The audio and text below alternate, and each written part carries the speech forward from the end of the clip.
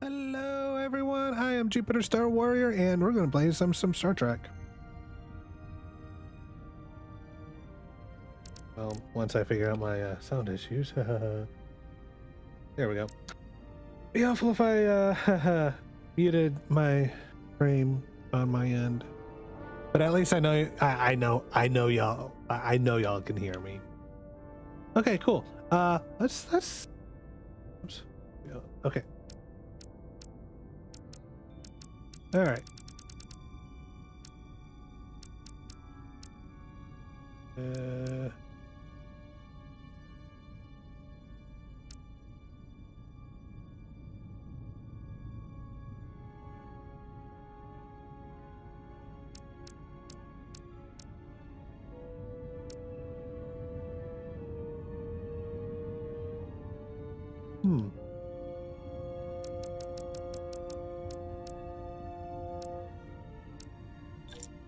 There we go. Oh, wait, this is hard. All right, so we're gonna go ahead and do that. We're just gonna start over. I played the demo and didn't like it too bad. So now we're gonna go ahead and start brand new. Get it all ready and you know, the actual first playthrough. I don't count demo as being the first one because I needed to know if I was gonna like it. And I actually got intrigued. So yeah, let's oh, this is good. Once again I forgot my hat. Since we'll be playing on a starship, and this is as close as a ship as I'm gonna get it. Oh yeah, actually this is, and I'm not playing a Disney thing. I'm not playing a or anything other than that. All right, so let's go ahead and get started. Yeah, this is a Dramatic Labs adventure. The relationships and events you are about to experience will be shaped by the choices you make, which is going to be interesting. That's going to be fun. Too bad this is frame rate locked, but that's okay. It's not a. I don't think this is a very intense game graphically. Like I'm wondering if someone is going to make a Star Trek game that's all very nice and pretty and stuff like that. After spending too many months piecing our ship back together, we're finally about to venture out on a new mission. And the crew isn't letting this unprecedented ion storm slow them down. They're ready for something different. I know I am. Perhaps more than any of them. Fortunately, nothing ever stays the same. It's entropy, the nature of the universe. Change is inevitable. And while entropy says order gives way to chaos, in this case, change is good.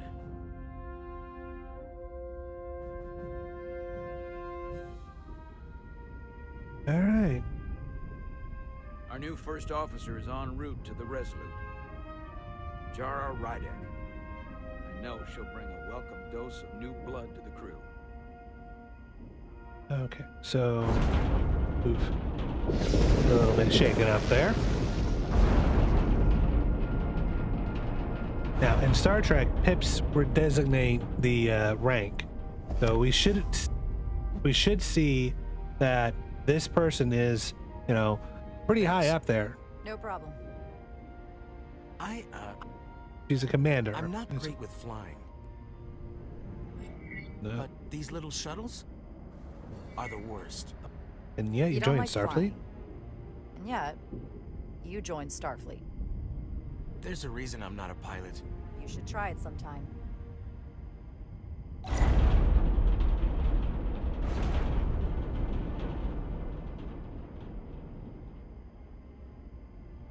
Sorry, I'm a little anxious.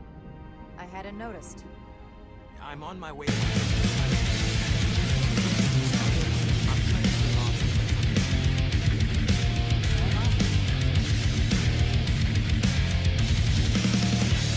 Easy for Jara to step I've been at the 11th hour. That was very loud. If she's half the officer I knew she could be. Oh my God. Don't know why that's so loud. Jesus. Oh, that's something I have to go through.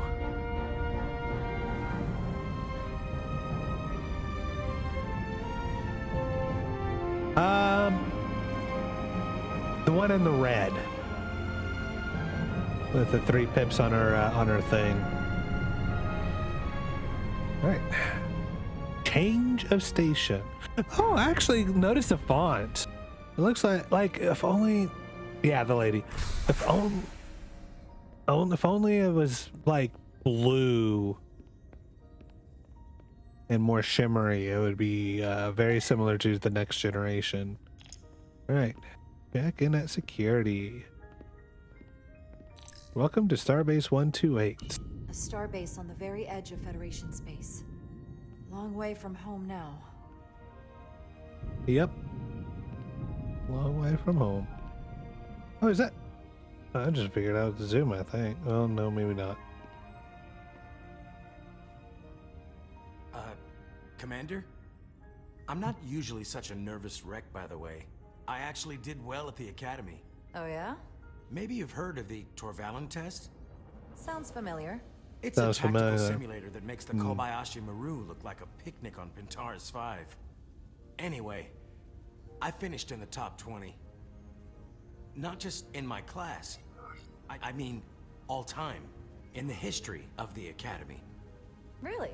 That's quite impressive. Thank you. It was tough. A little But, you know, AI? I Maybe. set my mind to it, and Actually, it I don't know paid if that's the off. case or not. I'd be very surprised.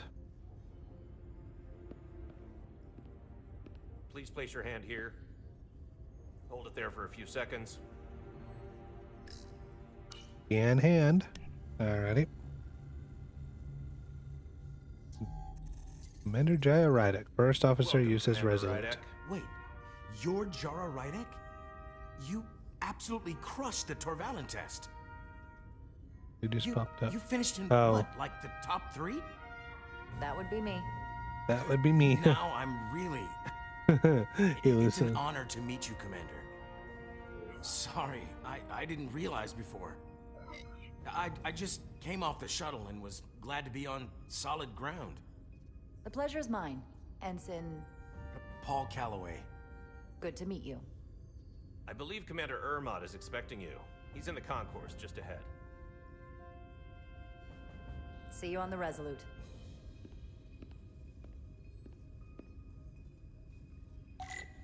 Okay.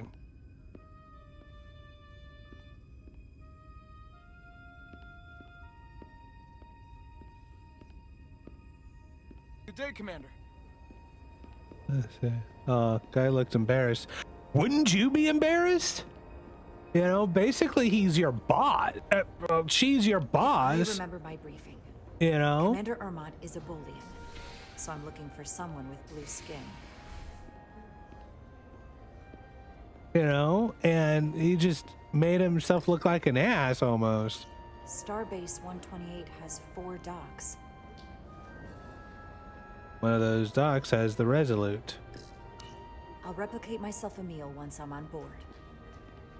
And there's the commander.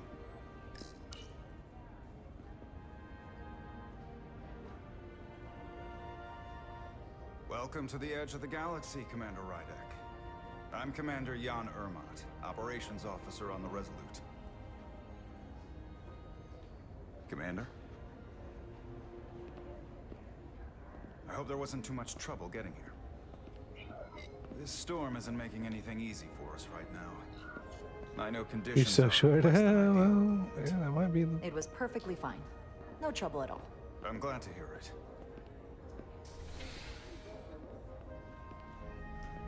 We're grateful you were able to come fill our first officer vacancy at such short notice. From everything I've read and everything I've heard, we're lucky you were available to us. Coming from a premier starship and all. To our little research vessel. I'll do my best to live up to expectations. Oh, I'm I'm sure you'll do just fine.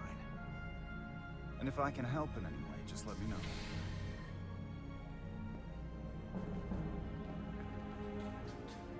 I'm gonna try to keep things, you know, professional. That's the Resolute. Small USS ship, but Resolute. She may not look like much compared to the bigger ships, but as far as science vessels go, she can more than hold her own. And she doesn't look so bad considering 6 months ago she was nearly cracked in half, venting plasma, fighting for her life. It was an accident? The equipment malfunction. An accident suggests fault, but no one's to blame. It was a planned test, but the warp core was pushed beyond its limits. It destabilized the dilithium, there was a runaway reaction, and the warp bubble deformed. We thought we could reach a higher resonant frequency, but it was more than she could handle. Cost us our first officer and 22 of our crew. At the end of the day, we're all responsible for each other. I can't even begin to imagine what that must have been like for you. I'm so sorry for your loss. Thank you. It does weigh heavy. There are some things you can't forget. Were you hurt in the accident? In the equipment malfunction? Nothing worse than the loss of so many. Listen, I realize you've known Captain Solano for quite some time, and I'm glad you're ready to bring your best. But I should warn you that when the captain announced you would be the new first officer, there were those who felt it was a mistake, that he should have promoted from within. So you might want to tread lightly at first, until they come to value your contributions as much as he does. Trust is earned, and it sounds like I have my work cut out for me. But I plan on winning them over. I don't doubt that. I just figured it was better to know what you're walking into. Of course. Starfleet has assigned us... okay. So this will tell me how my oh,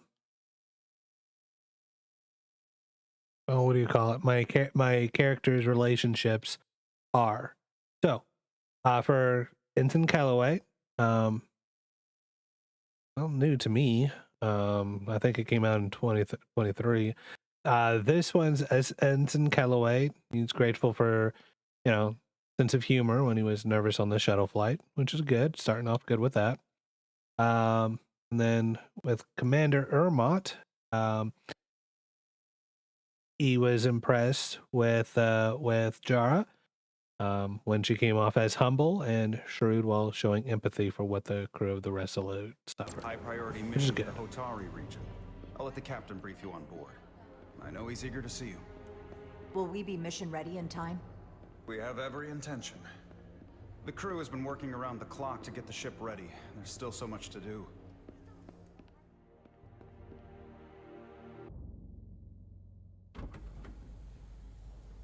Oh. And then we find the next character that we're going to be playing. Stuck. I got just the thing. What? The plasma torch. Let's see. That's the coupler. That's the hypospanner. That's the coil spanner. No, we want the plasma torch.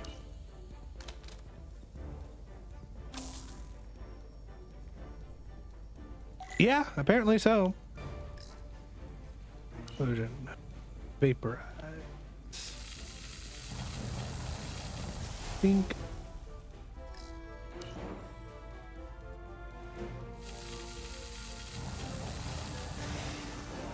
Think.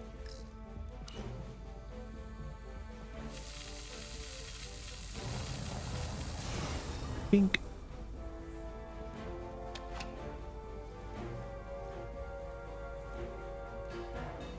Oh, right stick, I turned that way. Pull it out with the right stick.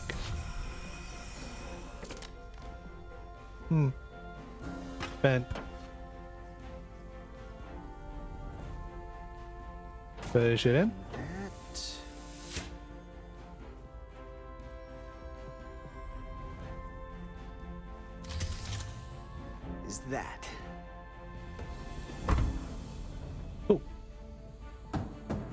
fixed. The lower decks. Still don't trust the I thought that thing was totally fried. transporter, but that's okay. Nice work, Carter. Nothing to it, Millie. And not a moment too soon. The boss wants us down in engineering. Like, now. It's already been done.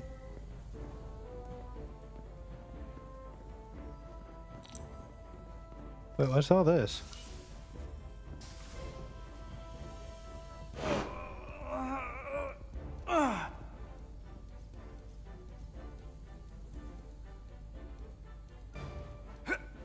Come on! Oh, these are heavier than they look. Makes more sense than 0G.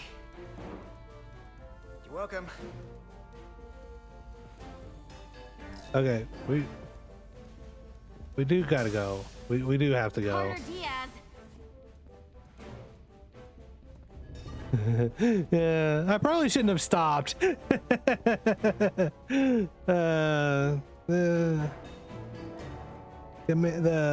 commander of engineering might not be too happy about that. And I just stopped to... Engineering. I heard the new XO just arrived. Won't be long before we get underway. I just hope whatever Chovak called us down for is something good. I can never tell with him. I'd rather not end up degaussing plasma manifolds. You and me working together, we can tackle anything he throws at us. Your optimism is positively contagious.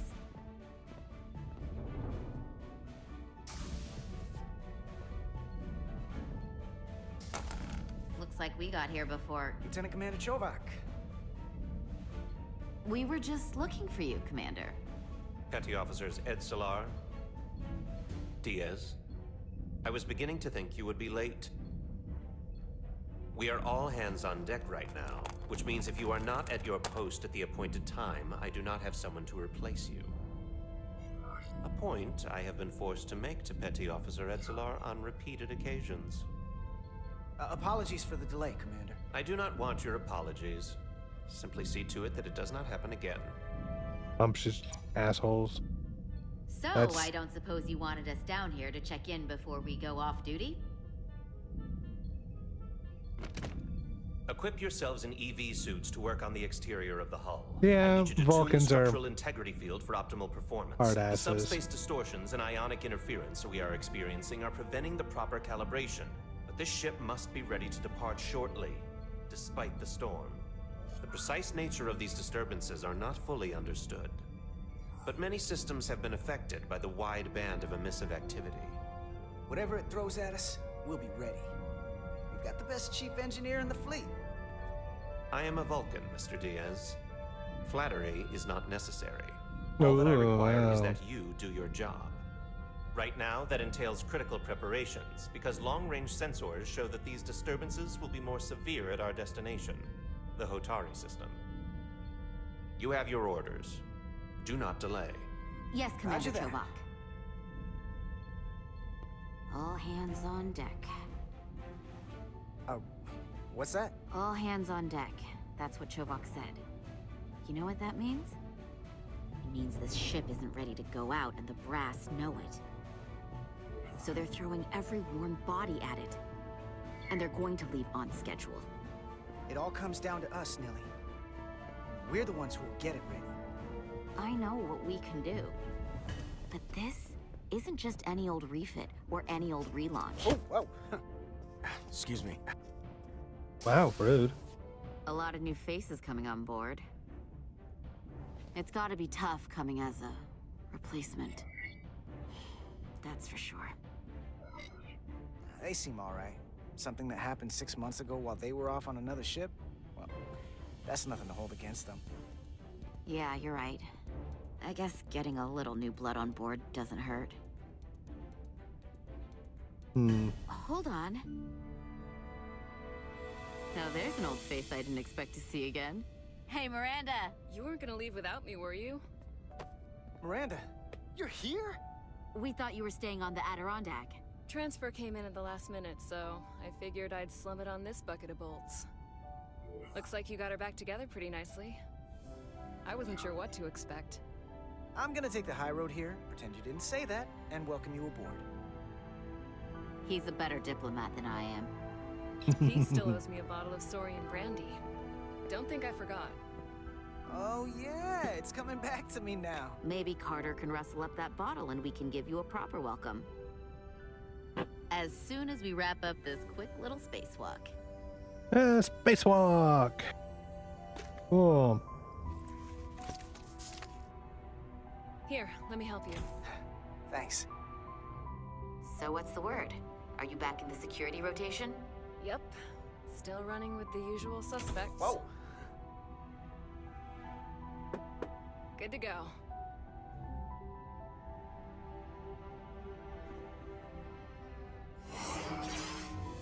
Like, I feel this is all introductory and stuff like that, and it is introductory.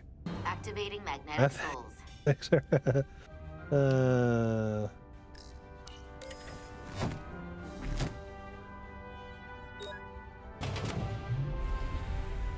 What do you think? Day is like some Miranda or the lady that he's with now? Let's check the oops, wrong one. Let's see. So Petty Officer Maris, Miranda felt encouraged by Carter's warm reception when she first arrived aboard the Resolute, holding out hope. The redhead lady. Oh, okay. Holding out hope there might be some chemistry between them. Oh, you may be correct.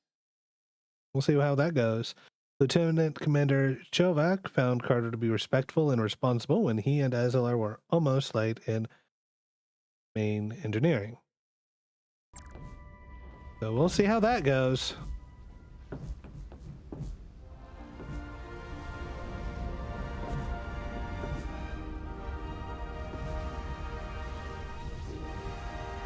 That view never gets old. Let's go. I guess so?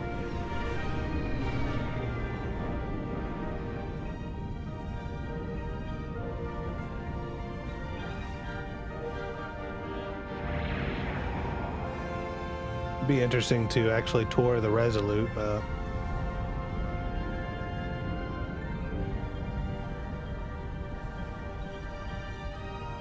Then again, not really, because it does seem like a small ship.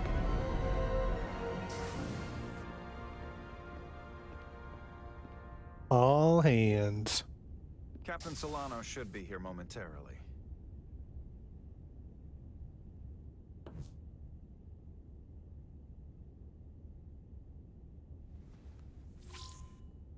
You'll have to forgive me, I don't know much about Kobleods. But my understanding is you need a steady supply of duridium to keep your cell structure stabilized, or bad things start to happen. And we have plenty of duridium in sickbay, so there's no risk of running out. Thank you. Feel free to make yourself at No home. idea what duridium is. And help yourself to whatever you like from the replicator.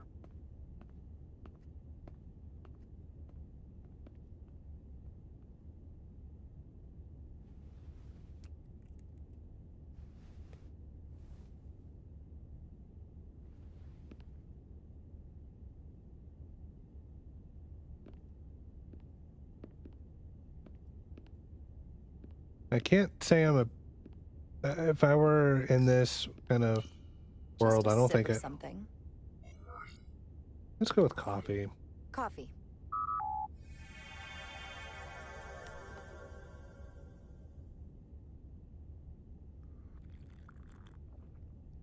Perfect temperature. Don't know how they do it.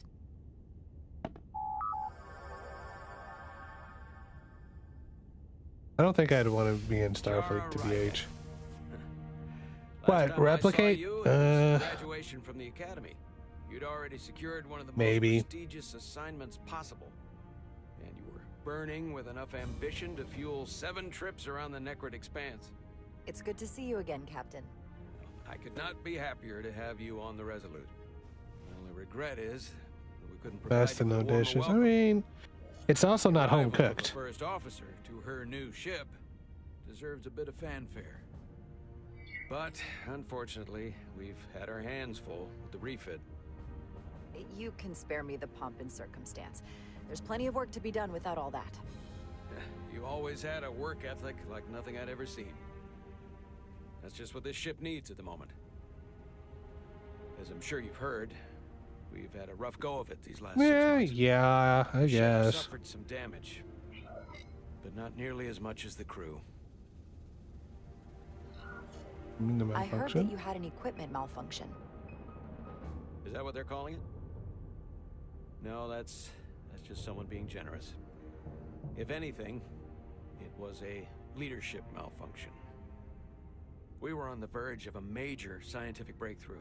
A quantum leap forward in warp core technology. 10,000 teradynes per second. The ability to travel at a sustained rate of speed longer and faster than we ever dreamed. What would have been the crowning achievement of my career. No idea why Right my there. bot's saying that I'm not live, but grasp. okay. Sure, I guess. Until it all went so horribly wrong. We pushed her too hard, and a warp core malfunction overloaded the system, creating a pressure gradient way No idea why beyond it's saying I'm what she could recording, but okay. handle. It was heartbreaking. We lost some of our best people. As captain, I have to take full responsibility. It was my decision to make, Okay. and I have to live with the consequences. Yeah, we'll say we're You're not. being You're too not. hard on yourself. It wasn't your fault. It's not a question of blame. It's about responsibility. No matter what the circumstances. In my defense, I will say I might have avoided the whole ordeal if my senior staff had been willing to trust me. There was a lot of pushback from my former XO, and I think that cost me his confidence. I don't want you to pull any punches. Certainly not on my account. But once we decide on a course of action, I need everyone to fully commit to the mission. Anything short of that just won't work. And that's when things start to go sideways.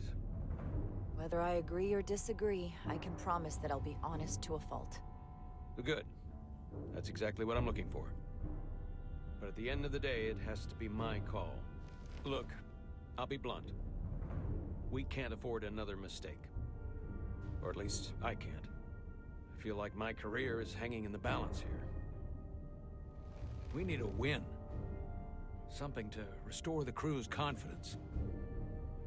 I understand. On a more positive note, Starfleet has tasked us with what they're calling a mission of the highest priority. Escorting a senior diplomat to Hotari space. Two previously peaceful and otherwise non-aggressive civilizations now find themselves on the brink of all-out war. So it's a peacekeeping mission. I see it as a golden opportunity to not only prove what the Resolute and her crew are truly capable of, but also a mission for which we're uniquely qualified. This ionic storm. Our long-range sensors suggest it's several orders of magnitude stronger than anything on record. A total anomaly like nothing we've seen before. Wonder what could be Never causing guess that. where it leads. Hatari. Of course. Exactly. Very nearly in the precise location where we're headed. Where I imagine the interference will be exponentially greater. But the diplomat will brief us on the details at the rendezvous. But are we prepared to embark on the mission? As much as I'd like to think that's true, I have my doubts. But I don't want to get ahead of myself. I expect we'll have some rough sledding when we arrive, so I need you to prepare the crew for the worst. There's just one more thing I want to clarify up front. The metric that for me will be the ultimate measure of your success. What is it?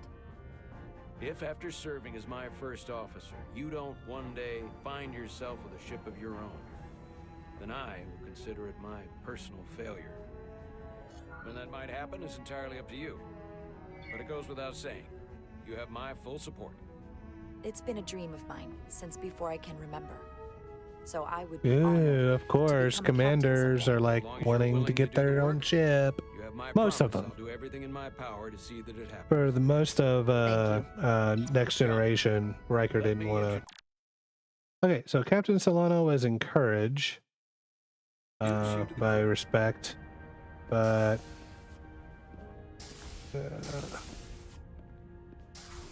I kind of want to. I don't want to explore, but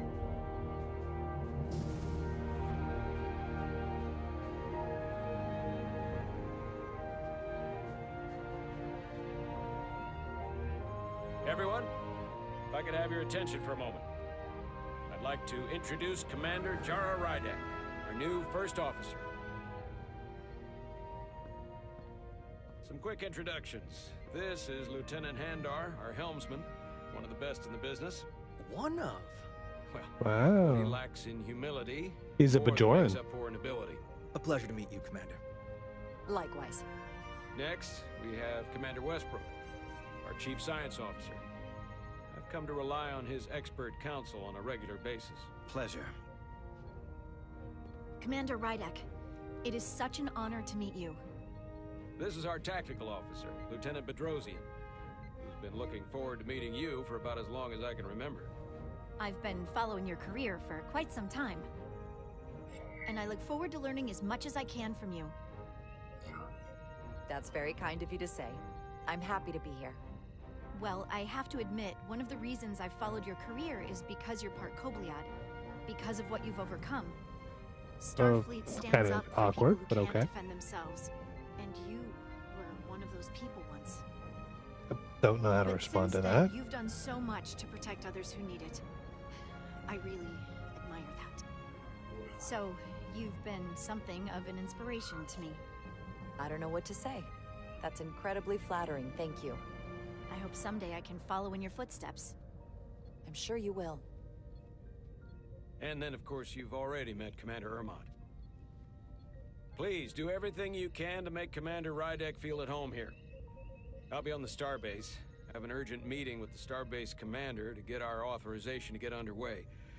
If they drag their feet any longer, we won't make our rendezvous. The bridge is yours.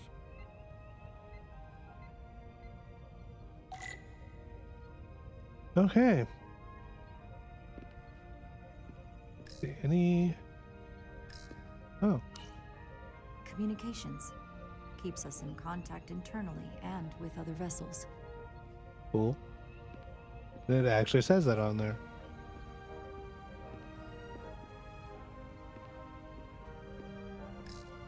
What?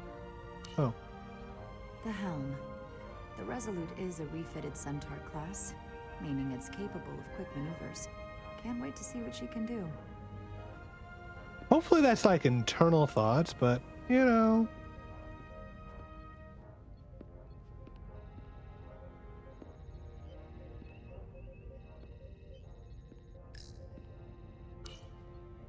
So many decks. Full of crew that are now my responsibility.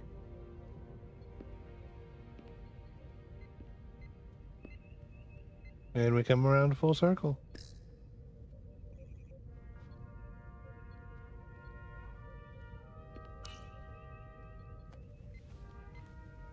Commander, Chief Engineer Chovak needs to lower the structural integrity field. He's sent a crew out to recalibrate the emitters in response to the danger posed by the storm. We just need your go-ahead. Permission granted. Lowering structural integrity field, now. Enter in maintenance mode. Condition blue.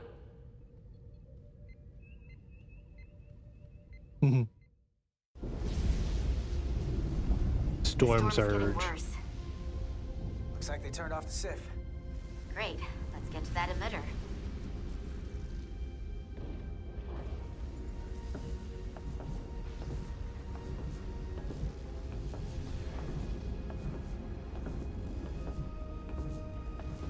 I remember. Out here. I half expect to see her in pieces again. She's still got some scars on her. It adds character. When I joined Starfleet, All I wanted was a If I ride out remember of town. correctly, the Centaur But class, this isn't the exactly how I nacelle, pictured it. or the On the saucer outside section of the is up. ship? No. Nacelles are on the bottom, so Sometimes it feels like we're just part of the machinery. they're upside down. Don't you want more than that? I mean, Starfleet is noble and all, but it's still a machine. I am more than that. And so are you. You wanted to get away. Let's see. What was? Oh. Let's see. Okay. I enlisted because I didn't want to wait years just to get out and see the galaxy. I wanted to go somewhere, see new worlds, look up at a sky no one's ever seen before. Just because I'm cranking a hyperspanner up in a Jeffries tube today doesn't mean that's all I'll ever be.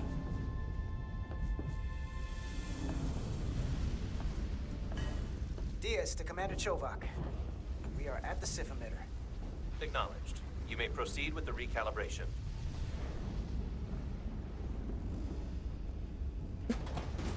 Open up the access panel.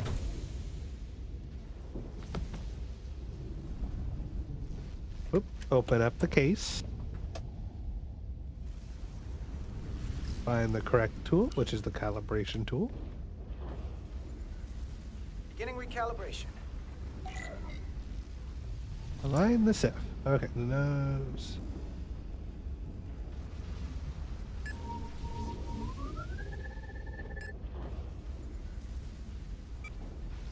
Looks good. That wasn't so hard.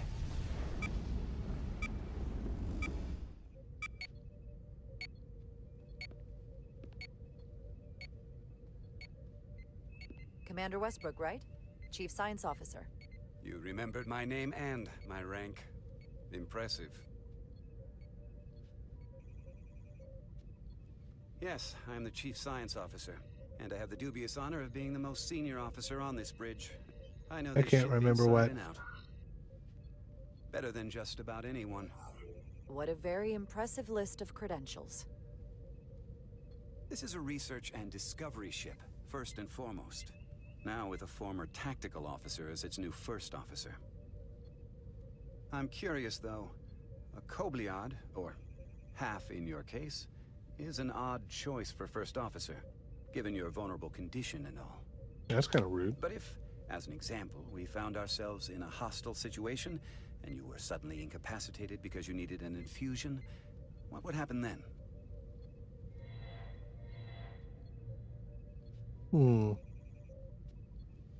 You'd leave Captain Solano without an XO. Granted, that would be a worst-case scenario. That's very kind of you to be concerned about my well-being. But you don't need to trouble yourself on my account. I'll be fine. Well, I wouldn't say I was concerned, just curious, that's all. Bullshit. Listen, can I be blunt, Commander? I see no reason to stop now. Commander Sutherland, your predecessor, was one of the best first officers in all of Starfleet. His record was impeccable and his reputation was without equal. I mean no disrespect, but the shoes you're stepping into are almost impossible to fill. He was loved by the crew. And he was one of my closest friends. I don't think I could ever replace Commander Sutherland.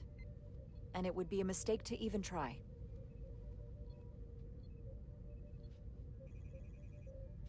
Seeing as Captain Solano is on the... Let's see. Let's see. Commander Westbrook was left with mixed feelings about Jara's suitability as the new first officer after they first met on the bridge. Let me give you an update on this ion storm we're flying into. It's unusual, unlike anything I've ever seen.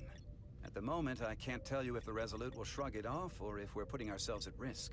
However, if we learn more about its patterns, its nature, we can come up with a scientific countermeasure. Just a moment.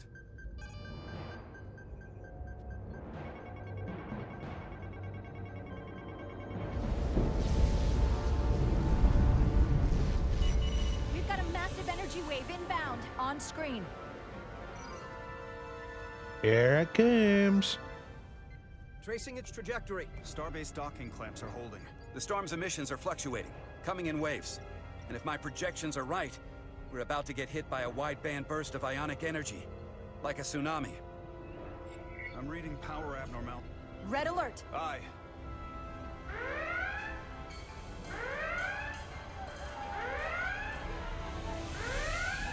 Evacuating main gangway and retracting. Putting sensor visualization on screen. With the structural integrity field shut down, we can't take a direct hit. Time to impact. 1 minute. Shield systems are severely impacted. We have limited protection. I need every available solution. What are our options? We can weaken the impact of the storm with a deflector pulse. There's a better way. I'm sending all auxiliary power to the deflector dish. Send the aux power to the shields. We can't reactivate the entire shield bubble, but it's a directional threat. So we can orient all we have towards the wave. You have to believe me. We only get one shot at this. We can't afford to get it wrong. That's right. That's- Which is why we need to send power to our shields. What did Commander Westbrook, use the Ooh, what's deflector this? dish. Already working on it. Use Westbrook's Time plan. displayed. Let's see. He was pleased. I heeded his advice, but Bedrosian was discouraged when I did not choose hers. It's going to be tight. Good. Send the pulse on my command. Now. Oh, I wonder if I needed to do that a little. That was too early. Oh, okay. That was a bit too early. That was. Let's try that. Let's try that again. Crap. I have to go through all this again. All right. Commander Westbrook, right? Chief Science Officer. You remembered my name and my rank. Can't really. Yep. Yes, I'm the Chief Science Officer, and I have the dubious honor of being the most senior officer on this bridge. I know this ship inside and out. Better than just about anyone. What a very impressive list of credentials. This is a research and discovery ship, first and foremost. Now with a former tactical officer as its new first officer. I'm curious, though. A Kobliad, or half in your case, is an odd choice for first officer, given your vulnerable condition and all. But if, as an example, we found ourselves in a hostile situation, As an suddenly example, incapacitated sure. because you needed an infusion, what would happen then?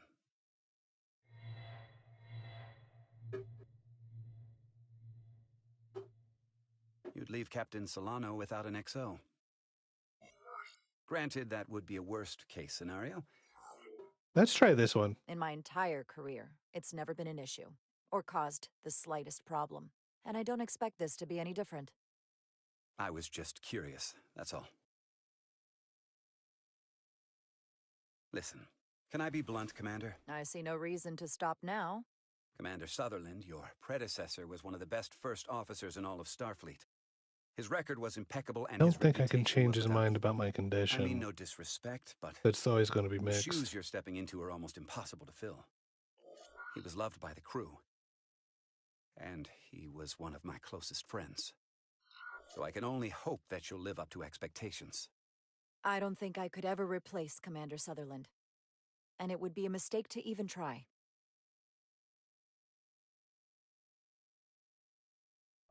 Seeing as Captain Sutherland is on Oh. the starbase, Yeah. Okay. So he was trying to provoke, but she let me kept. give you an update on this ion storm we're flying into. He was It's impressed with unusual, how I handled unlike it, I anything I've guess. ever seen. At the moment, I can't tell you if the Resolute will shrug it off or if we're putting ourselves at risk. However, if we learn more about its patterns, its nature, we can come up with a scientific countermeasure. Just a moment.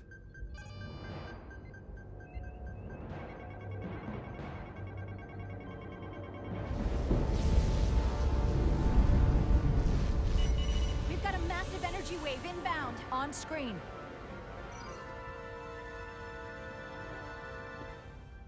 Tracing its trajectory. Starbase docking clamps are holding. The storm's emissions are fluctuating, coming in waves. And if my projections are right, we're about to get hit by a wideband burst of ionic energy, like a tsunami. I'm reading power abnormalities all over the ship. Estimated time to impact. Red alert. Aye. 2 minutes. So all of this is happening in a span of 2 minutes. Evacuating main gangway and retracting. Putting sensor visualization on screen. With the structural integrity field shut down, we can't take a direct hit. Time to impact. 1 minute. Shield systems are severely impacted. We have limited protection.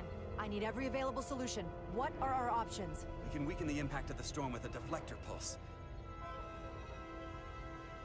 There's a better way. I'm sending all auxiliary power to the deflector dish. Send the aux power to the shields. We can't reactivate the entire shield bubble, but it's a directional threat. So we can orient all we have towards the wave. You have to believe me. We only get one shot at this. We can't I'm afford gonna to try get it the wrong. pulse again. If I Commander Westbrook, do this wrong, use the it's... deflector dish. Already working on it. Optimal timing displayed. It's going to be tight. Good. Send the pulse on my command. Now. See if I got it. We got it. This It's is it. All hands, brace for impact. gonna hurt. It's gonna hurt. No matter what we did. Okay, no matter what we did, it's gonna get...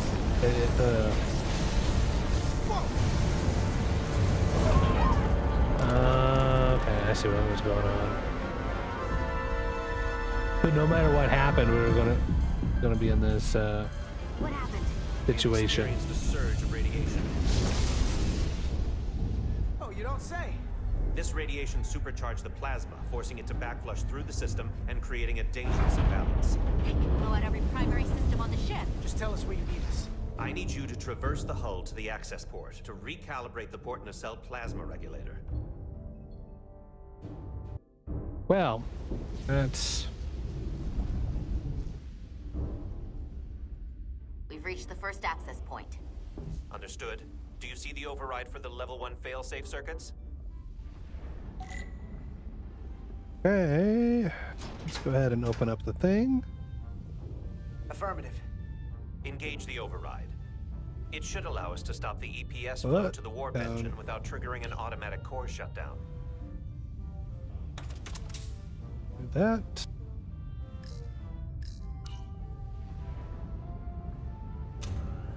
There. There. Bruh. Failsafe override engaged. Are you sure? I am registering some crosstalk in the bypass circuit. We need to route the signals so they don't interfere with each other.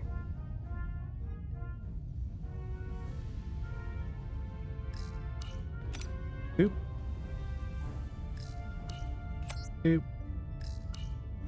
Oop. Oop.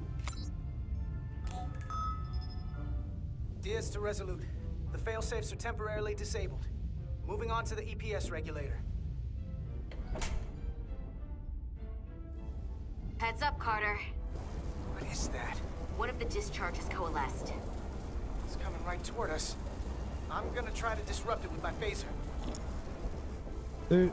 And... Alright. So we gotta climb up the pylon. Not that there's really an up, but, you know. Yeah. And we got like 5 minutes to do that in. And...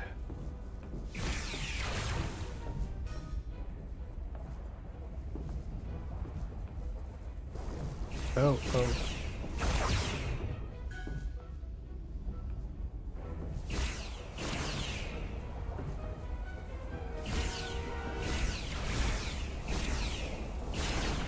There we go. Huh. This game really wants me to get hit.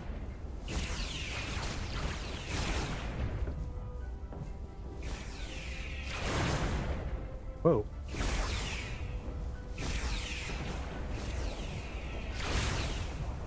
Jeez.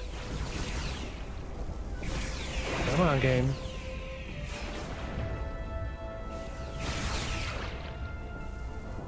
We're almost to the regulator.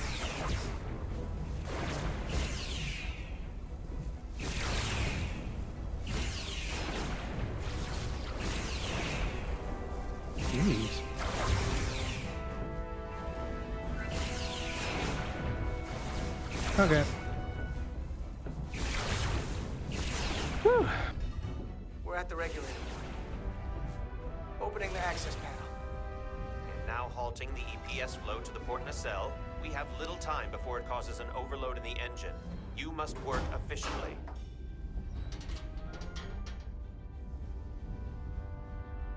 Right.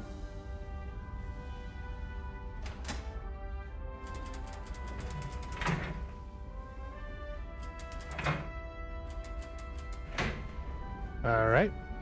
EPS manifold adjusters reset to neutral.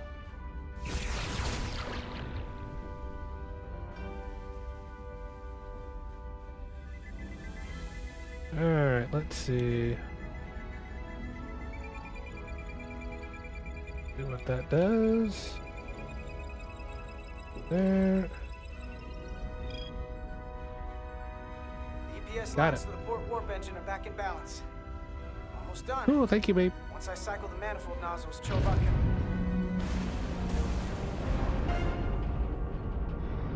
All right. So why did that move on its own in the first place? Like, that doesn't make any sense.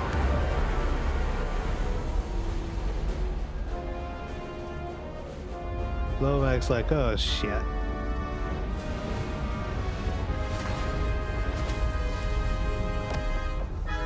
Get down! DS to bridge. We just lost the docking clamp. I'm pretty sure they know, but okay. We've got a lot of debris coming down. All vibrations, too. We can't finish the EPS regulation in these conditions. Please advise. We have to release this ship from that other docking clamp or the hull will be ripped apart. There's a problem. The clamps are supposed to disengage automatically in an emergency, but it's not working. Not working.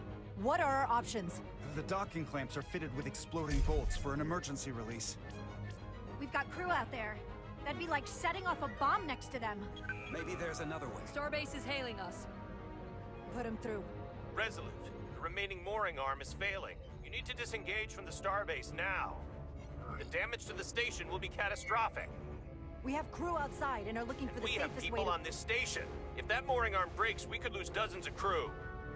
Commander, hear me out.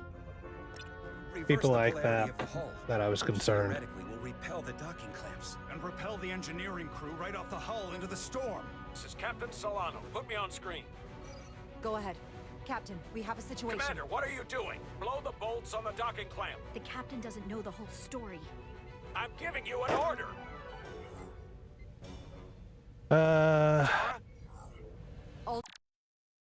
We'll find out how it's gonna go once we get back from these messages. Be right back.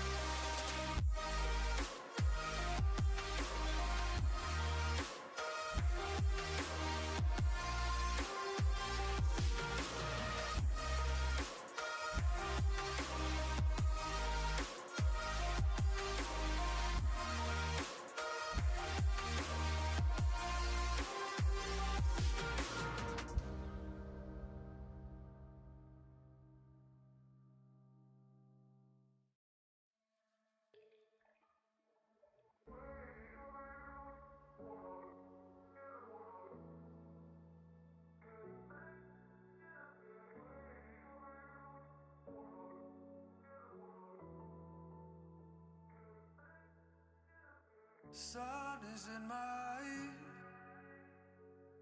Talking about the good times in my life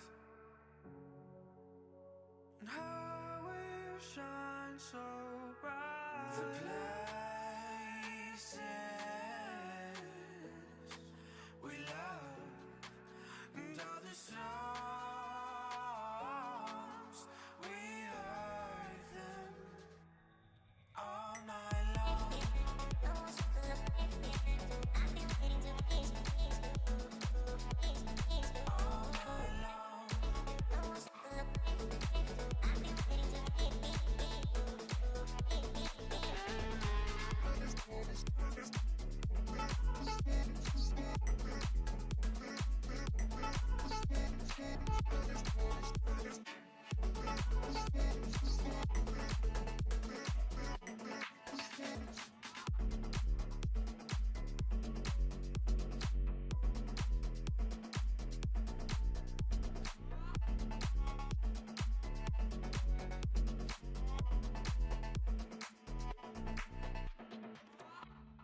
Perfect life, so many nights, places where we come alive. Oh, alive. The places we love and all the songs we heard them.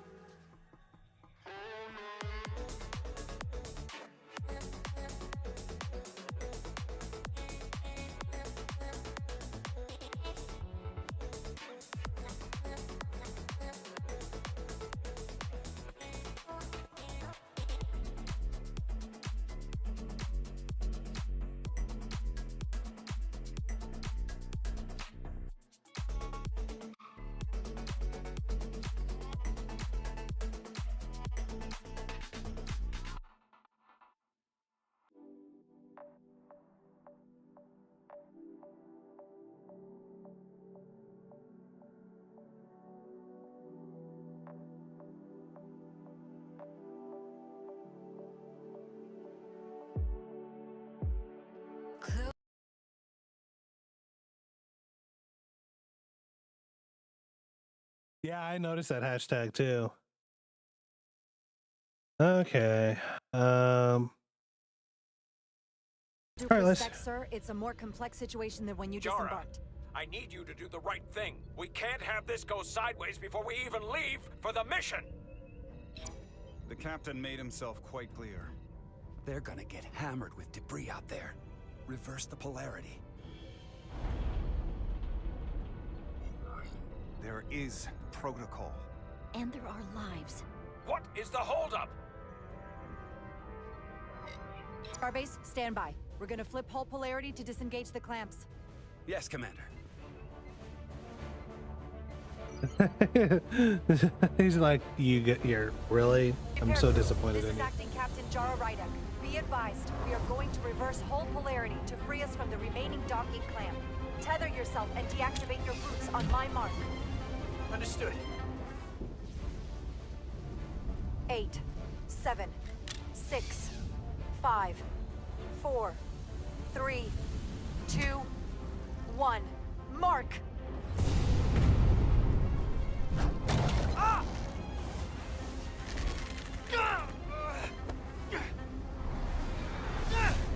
Grab my hand!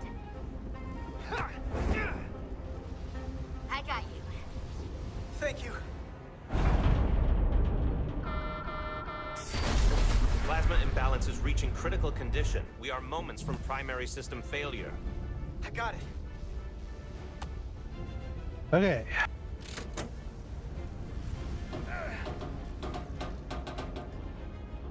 Come on. Come on. Move it.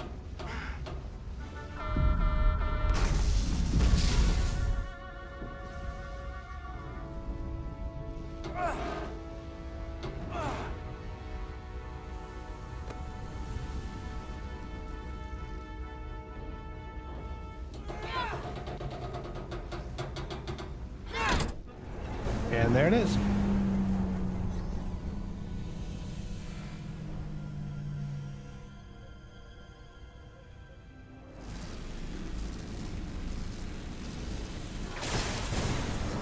Look out!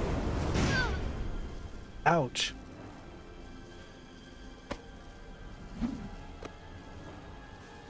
I got you. Petty Officer Edselar's hurt and unconscious. I'm gonna have to tow her back to the airlock. Mr. Diaz, the situation has changed. You are at risk of triggering a substantial electromagnetic arc if you approach the main hull the way you came. But Commander, the way we came is the nearest airlock. There is an auxiliary hatch near you on the far end of the pylon. You must bring Miss Edselar there to access the interior. Okay, well. Roger that. Whoa. That is some tough hull.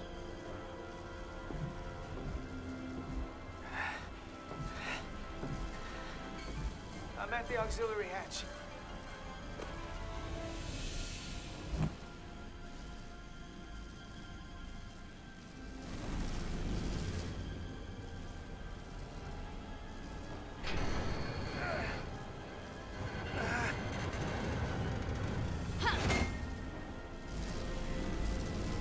You go first. What? Let me save your neck this time. No time to fight me on this. Not on your life. Let's not let it come down to that.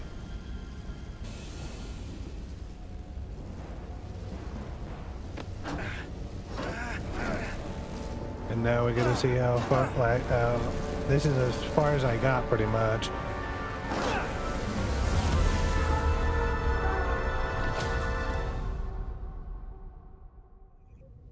And that's as far as we got. All right. Let's see. Carter was grateful when Carter put her safe. Edselar was grateful when Carter put her safety out of his own out on the hole. Yeah. Yikes, indeed.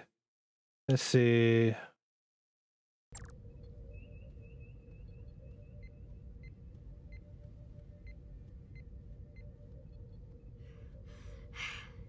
We made it.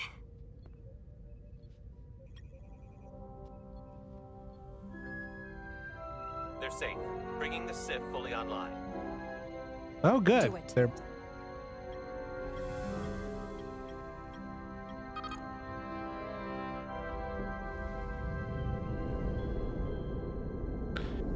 well, now we gotta hear the repercussions from the captain. It's gonna the price of duty.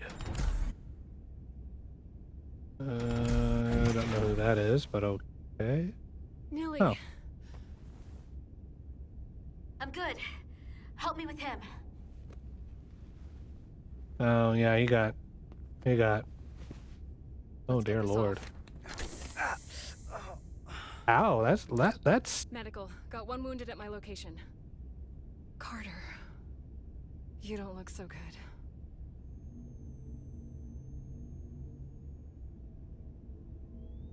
oh. You gotta be he's- more careful. I just got here. I'm not ready to see you two get blown to space dust just yet. Now let's get you down to sickbay. Great. Yeah. Lily's like, that's gonna weigh on our conscience. Status report. The repair crew made it inside. EPS flow is back to nominal levels. The SIF is back up. How does this affect mission readiness, Mr. Ermot? Releasing the docking clamps using hull polarity minimized damage to the Resolute. We'll have some last-minute repairs to make, but if we reapportion some of the staff, we can make our departure on time. As of now, however, we are successfully moored to the station. Good to hear. Send updates to my ready room. Commander Rydek, with me. Here we go. Time to face the music. Here we go. This is.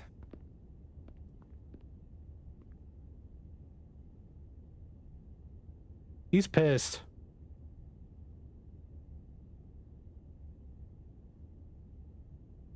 You disobeyed my orders. Mm-hmm. Well? Respectfully, Captain, I made the right choice given the You information I had. disobeyed my orders! And not just in front of the bridge crew, but the Starbase staff as well. That's going to get around. My name's already tarnished around the fleet.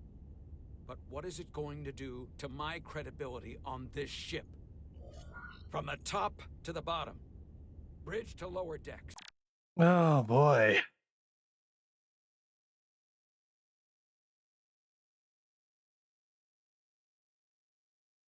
I have to figure out how to placate the captain without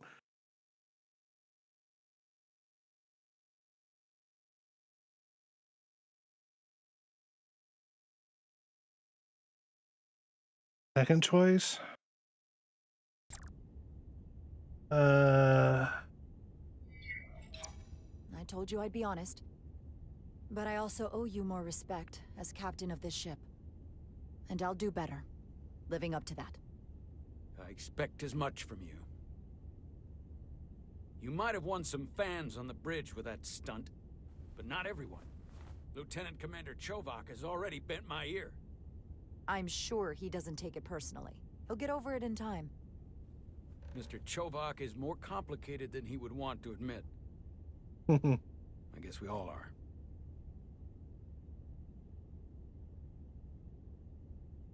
Oops. And, if I'm being honest, I'm not sure what I would have done in the moment either. You never really know if you weren't in those shoes. So, let's just boil it down to, you did what you had to. That'll have to be good enough for me. Thank you for understanding, sir. I'm sure no one knows the burden of command as well as you do. I'm sure you will, someday. Despite it all, we got our final Starfleet clearance to depart. So if Yay. you'll fetch Mr. Ermot, we'll knock out the final details of any outstanding repairs, and then we'll set out for Hotari. Yes, sir. I'm gonna do that right quick. Make sure. There we go. Oh. Crap. There we go. Whew. And then the cells are a lot long. All I ask is a tall ship. It ain't tall, it ain't long. It's a small ship, but looks hardy enough, I guess. All departments reporting full mission readiness. We've got our full... Actually, I wanna...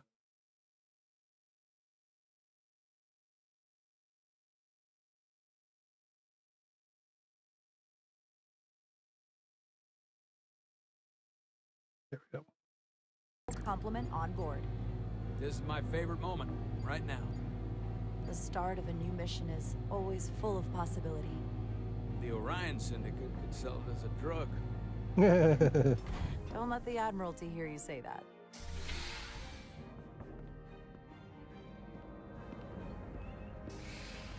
Captain on the bridge. Sit. Sit, everyone. You all know, I'm not big on speeches. We're embarking on the first mission since our refit. Let's make it a good one. Disengage docking clamps. Yeah. There we go. Docking clamps released. Thrusters ahead, Mr. Handar.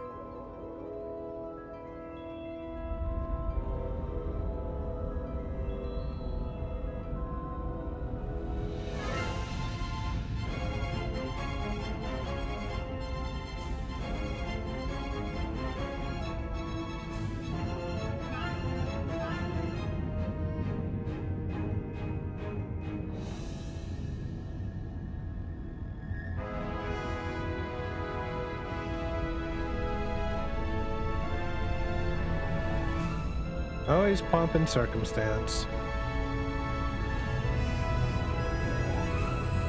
That should do it. Set a course for the Hotari system. Prepare to go to Warp 8. Hi, Captain. You know what? You take this one.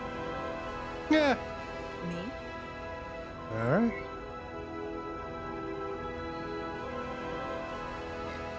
Engage. Engage. I just had to put that little, I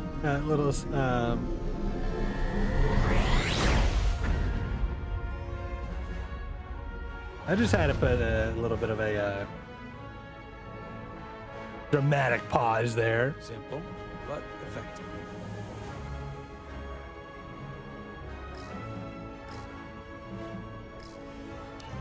Ah. Whoa, careful. Thank you. I'm fine. Really, You don't look fine.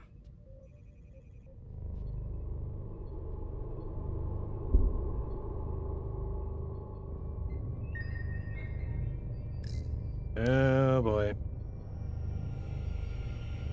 I have to get to sickbay. Go.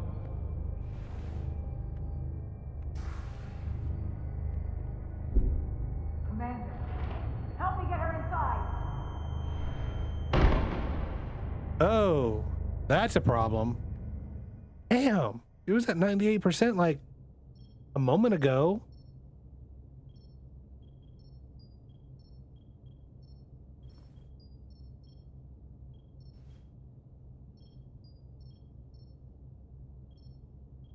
Well, that was quite a scare.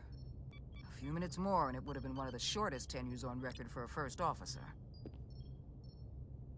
Is that the engineer that was out on the hull? That storm did a real number on him, but he'll live. Just needs rest. You should worry about yourself. I need to figure out who's Iridium doing levels what. got dangerously low and destabilized your cell structure. This is definitely one of the more memorable first days I can think of. My name is Dr. Aram Duval, Chief Medical Officer. To be honest, I've never met a Kobliad before. You're rare. I know. I was going to say special. Your people's numbers have dwindled, despite the Federation's efforts to find a more readily available alternative to the Duridium you need to survive. Yet you joined Starfleet and managed to thrive. I imagine the responsibility must be overwhelming. Maybe even a burden at times. It does make me unique, but it's not a burden at all. I'm honored to be Kobliad, to represent my people. As you should be. And don't worry, I won't treat you like a science experiment. I just do the science and leave the experiments to Solano. You don't agree with his methods? I don't agree with his definition of acceptable risks. Not when the lives of your crew are at stake. My professional opinion is that the accident took a toll. More than he's willing to admit. Interesting. Yeah, I wonder if you caught that, chat. Because it seems to me that Solano's got some pride on his hand. He's overstressed, operating in the pressure cooker of his own mind. Which is never a good headspace when the lives of your crew are at stake. What concerns me is that now he's even further away from the thing he's been chasing his entire career. Breakthrough discovery. The major innovation. Something he can put his name on.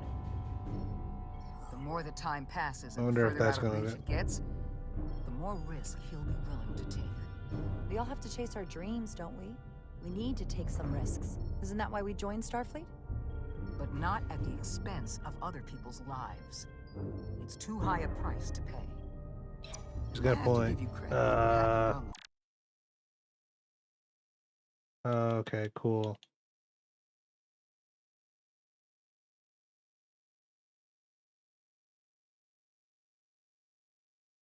Let's go ahead and reload that. I know we can't skip.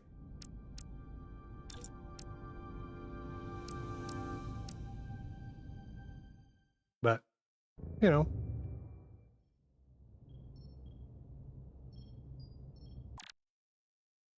Okay, so we got a new... of course they do. Alright, so we wake up in sickbay, connected to the Duridium thing. Well, that was quite a scare. A few minutes more and it would have been one of the shortest tenures on record for a first officer. Is that the engineer that was out on the hull? That storm did a real number on him, but he'll live. Just needs rest. You should worry about yourself.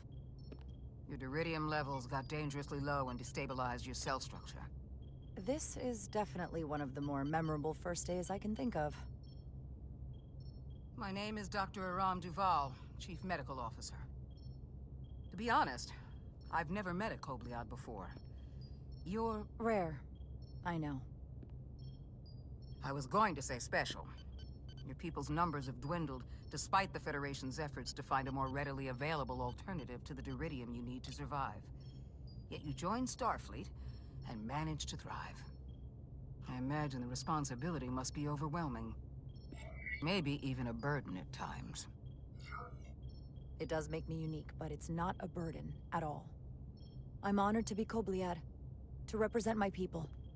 As you should be. And don't worry, I won't treat you like a science experiment.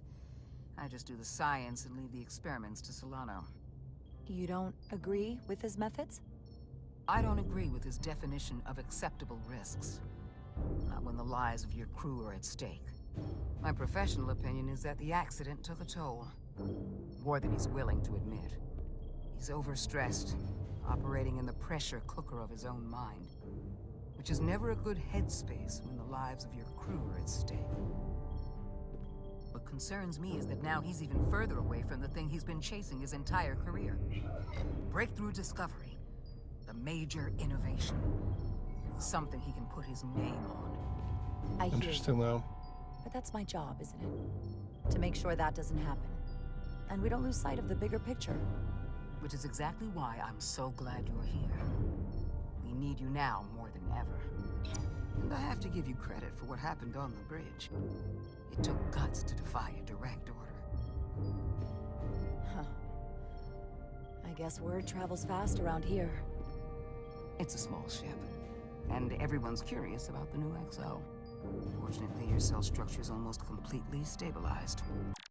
All right, so yeah, so pressed by a sense of responsibility to the crew, it was encouraged to see her thinking independently when she defied orders. And I'll spare us both the lecture, but I do feel it's my responsibility to remind you, without regular infusions of deridium, you will not live.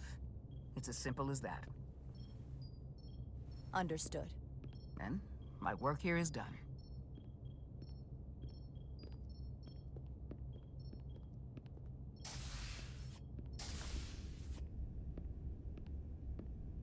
Sorry, I didn't mean to be lurking outside of sickbay.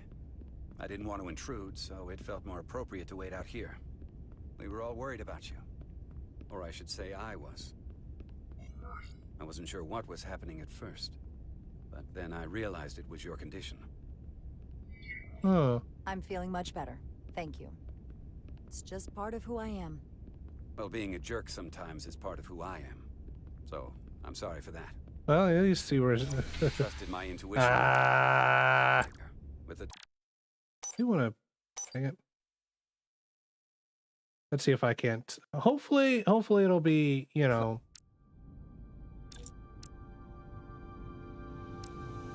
Hopefully it'll go back in there. Oh, for God's sake! Really? Really, game? All the way? Okay.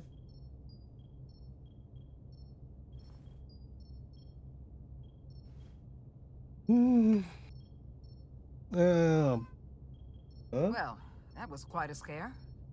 A few minutes more and it would have been one of the shortest tenures on record for a first officer. Cat meowed. Is that the engineer that was out on the hull? That storm did a real number on him, but he'll live. Just needs rest. You should worry about yourself. Opie. Your deridium levels. You hear him through the stream, don't you? Stabilize your cell structure. This is definitely one of the more memorable first days I can think of. My name is Dr. Aram Duval, Chief Medical Officer. To be honest, I've never met a Kobliad before. You're rare. I know. I was going to say special. Your people's numbers have dwindled, despite the Federation's efforts to find a more readily available alternative to the Duridium you need to survive. Yet you joined Starfleet and managed to thrive. I imagine the responsibility must be overwhelming. Maybe even a burden at times. It does make me unique, but it's not a burden at all. I'm honored to be Kobliad, to represent my people. As you should be. And don't worry, I won't treat you like a science experiment. I just do the science and leave the experiments to Solano. You don't agree with his methods? Oh, he's with you I now? don't agree Okay. with his definition of acceptable Let's risks. see. Not when the lives of your crew are at stake. My professional opinion is that the accident So, took a toll. who was More than the he's willing to English admit. He's overstressed, voice actor for operating in the pressure cooker of his own mind, Jin So-yeon? which is never a good headspace when the lives of your crew are at stake. What concerns me is that now he's even further away from the thing he's been chasing his entire career. Breakthrough discovery. The major innovation. Something he can put his name on. I hear you. But that's my job, isn't it? To make sure that doesn't happen. And we don't lose sight of the bigger picture. Which is exactly why I'm so glad you're here. We need you now more than ever. And I have to give you credit for what happened on the bridge. It took guts to defy a direct order. Huh. I guess word travels fast around here. It's a small ship. And everyone's curious about the new XO. Fortunately, your cell structure is almost completely stabilized. And I'll spare us both the lecture, but I do feel it's my responsibility to holy remind you, crap. without regular infusions of Duridium, you will not live. It's as simple as that. Understood. Then, my work here is done.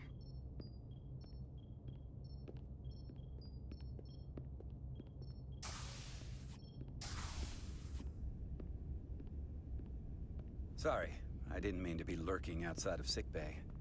I didn't want to intrude, so it felt more appropriate to wait out here. We were all worried about you. Or I should say I was. I wasn't sure what was happening at first. But then I realized it was your condition. You sure you didn't come here to gloat? Remind me that you saw this coming the moment I stepped on board. Make no mistake, I like being right, and I won't be quiet about it when I am. But it didn't happen at the worst time. You made it through that. So I guess I was wrong. And a bit of a jerk. You trusted my intuition earlier, with the deflector pulse. I felt I should thank you for that. Let's see. Oh. Westbrook was ashamed of his behavior and felt my sarcasm was more than warranted. Well, thank you for coming. Even though you didn't have to. I wanted to. Ah. Now, over Carter, here. the emissions that gave you that burn are quite unusual, like everything else that goes with this storm. That's a combination of hyronolin and lectrazine to counter the radiation effects. Linda Fontaine? That No, should help different speed person. healing.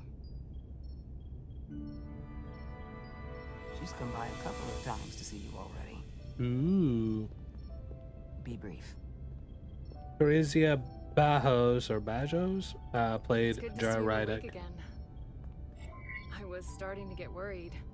Not that you aren't in good hands with Dr. Duvall. I hear There are you've been guys going checking to be in your on me. characters right now. Probably. Thanks for that. One of the benefits of working a security rotation.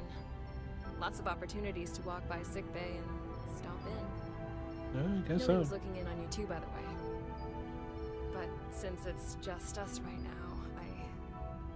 I had a chance to think about this while I was away. And I thought it was important that I just come out and tell you. Instead of tiptoeing around it. Or worse. It's okay, Miranda. You can tell me anything. I know that. Then come on. Just spit it out. I'm trying. Let me talk. What I'm trying to say is, we've been really good friends for a long time. But I got back here and I couldn't ignore it anymore. I want to see if there's more between us than just being friends. You don't have to explain it. I feel the same way. There is something between us. So, Do you want to find out what that something is? Ooh. If it's there for you, and it's there for me, why not give it a try? Are you kidding me? I just said yes. I wanted to be sure I heard that right. Sorry to interrupt, but the patient needs to rest if he wants to get back to his old self. Of course. I'll see you again soon. Ooh. Let's see. Carter was thrilled to learn Carter's feelings for her tend toward the romantic, and she looks forward to seeing where this relationship might go. Maybe there'll be sparks between them. Who knows? Cast adrift. Approaching the rendezvous point outside Atari space. Helm, bring us out of warp. Dropping to impulse. Oh, that's Ionic interference surging, Captain.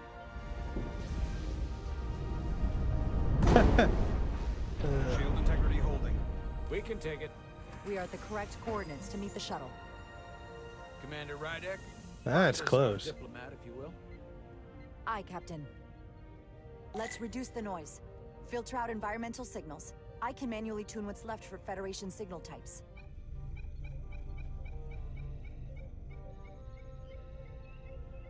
Okay, that's impressive. I've located the shuttle. Opening comms. On screen. It's twirling. Shuttle to Resolute. Debris field. Lost maneuvering. Excelsior. I can't get it any clearer. You won't get a transporter lock. It's just not happening. Power up the tractor beam. We'll I pull was them wondering. directly into the docking bay. I was wondering about that.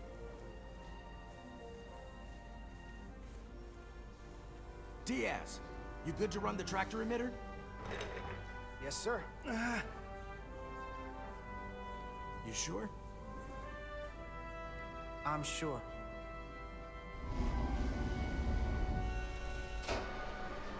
Come on, Diaz. First thing, lock onto the shuttle and stabilize the rotation. Okay. Oh, here we go. Okay. Excelsior, there's a... We're pulling in debris. I'm on it. Okay, so...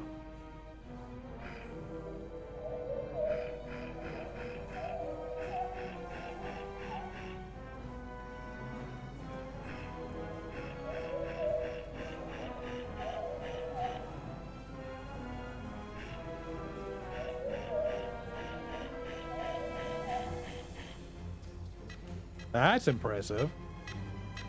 Why is there a signal? Why is there an... Oh my god, that's you! That's gonna take out the shuttle. Diaz, the bridge. There's a large piece of debris headed for the shuttle. The tractor beam can't handle it. Can our shields take it? I believe so. Commander Rydek, plot an intercept course. On it.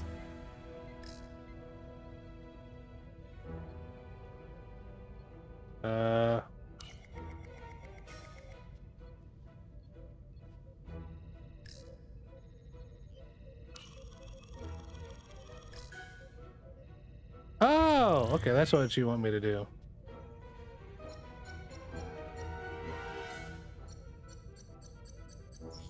Okay. That's interesting. Here we go. Maneuvering thrusters bearing 53 Mark 17. 200 meters on an intercept course. Maneuvering. No weapons? Oh! Got it. Whoa! Someone's working hard on the bridge.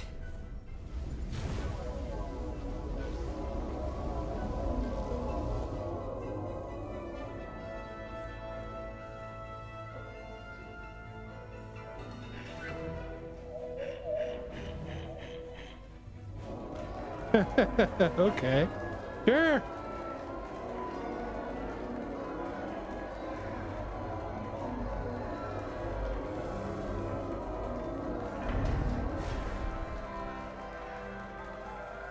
All right. We got the shuttlecraft on board. Good job. We're on our way down to meet them.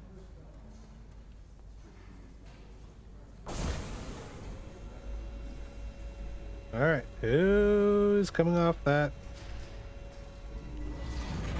Ah. Terra firma, so to speak.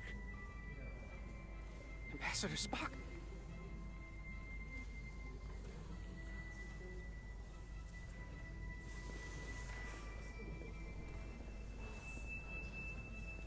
The captain will be right down to meet you, sir.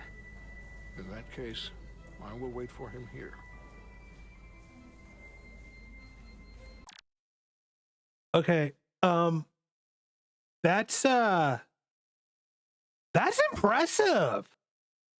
Actually, almost sounds exactly like him.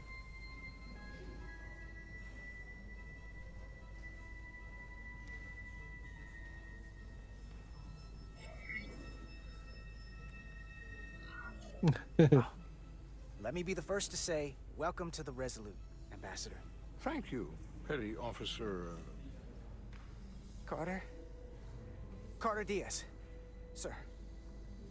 I am pleased to meet you, Petty Officer Carter Diaz. It appears I have you to thank for my safe arrival. Your assistance arrived not a moment too soon, if I may say so. Oh, okay. Sir. I'm glad we could get you here in one piece. Indeed. We thought we were prepared okay. for our arrival in Hotari space, but it is evident my craft was not sufficiently robust for such intense ionic activity. The storm has been pretty intense. There was an element that was most unusual. Before you came to our aid, our maneuvering thrusters and impulse engines were rendered inoperable. So we attempted a short traversal at warp speed, only to find that we could not achieve warp at all, even though our diagnostics computer showed no faults or anomalies. That's interesting. What do you make of that? When all indications say that warp speed is possible, but in practice, we find it is not. Well, this storm is one of the strangest phenomena we've ever encountered. It's disrupted other systems. Who knows what it might do to a warp drive? Yes, it would seem further investigation is called for. Take readings, run some additional diagnostic checks, and we'll get to the bottom of this. Quite logical, Petty Officer Diaz. Thank you. Ambassador Spock. Okay, so apparently, Professor Spock was impressed by Carter's skilled use of the tractor beam to rescue his shuttle, and he was glad to see Carter takes evident pride in his work. Cool. Excuse me. I'm honored to have you aboard. I'd like to get right to it. We're already behind. That grin, yeah, I'd be smiling too. It's like, holy shit, I just had a really cool. Like that, just okay. A provocation to war.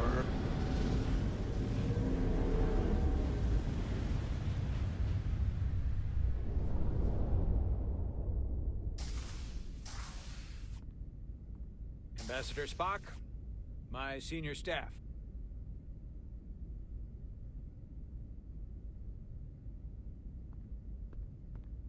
It's not every day that a captain gets to welcome a Starfleet legend aboard. You flatter me, Captain Solano. But legend implies the past tense, whereas I am very much focused on our present circumstances. I didn't mean to suggest you were stuck in the past. You're right, Ambassador. Not the most diplomatic choice of words. We're all curious about the future, Ambassador. Specifically, what exactly are we getting involved in here? We got the basics from Starfleet. Two formerly peaceful neighbors are now on the brink of war. Indeed, and the tension between them grows fiercer by the hour.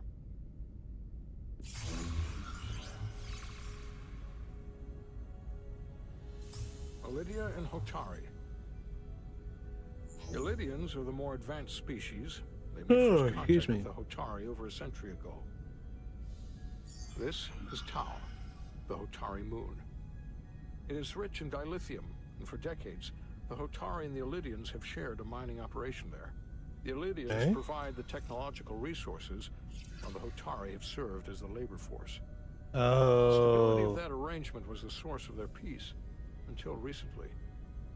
The Hotari have suddenly and forcefully seized control of the mining operations and expelled the Illidians from their system. That is the official story, as told by the Hotari when they requested Federation mediation. Something's more Details afoot. remain scant. Communications between all parties have been limited by the ionic interference. How is it the Hotari were able to turn the tables and take the mines against superior forces, especially after decades in this arrangement? Unclear. The answer to that question may be the key to a new, lasting peace, and one that I hope we can uncover during these negotiations. But it is unlikely the relatively primitive Hotari forces would stand a chance against the Illidian fleet if this escalates to open war. Yeah, there's no way. Left unchecked, this conflict will result in more bloodshed, which is what we are here to prevent. And the dilithium trade hangs in the balance. Well, gee, no wonder, Hotari of have been course. exploited in this relationship. Maybe we can persuade them peace is the more profitable alternative for everyone. They both profited from the mines. And for the Hotari, something is better than nothing. Peace is our objective, after all.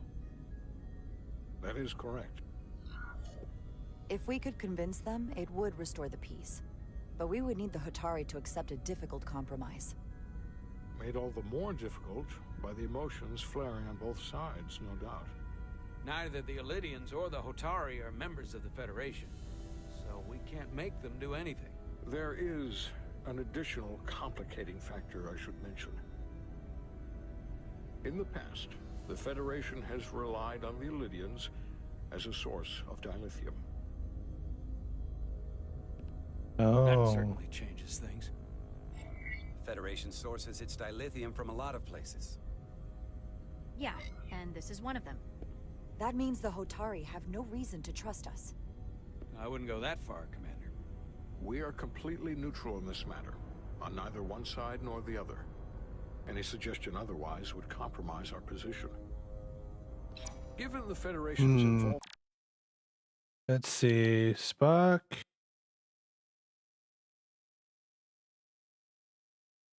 in the Illidium dilithium trade. What is this? I don't think he was impressed, but he wasn't. Make every effort to appear neutral in these negotiations. What worries me is if this whole thing unravels and we're at the mercy of the storm at less than full strength. We can't let it come to that. Considering what the ion storm has done to our ship and the Ambassador's shuttle, we have to assume the Illidian fleet has had problems with it as well. This recent surge in the energy disturbance temporarily levels the playing The Hotari is making this. Commander Westbrook is correct. The energy anomalies around the Hotari systems have been noted in the past. But they have never been observed on the orders of magnitude we have seen in recent weeks. Hotari. That may answer why the Hotari were able to strike back after so long. They finally had an opportunity and they took it. That would also explain the Illidians' restraint. And reason to learn as much about the energy anomaly as we can while we are here. We do not want to be caught at a disadvantage of our own. So I trust we understand our circumstances. We're operating on a strict timetable here, and we're going to be leaving for the negotiations shortly.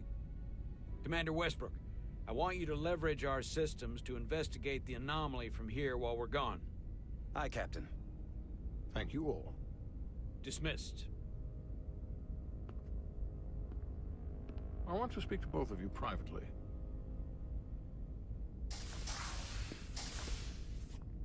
Ambassador Spock, I'd like to make a formal introduction. My first officer, Commander Jara Rydek. Commander, as you are aware, there are limits to what Captain Solano and I can do in our official capacity as representatives of the Federation.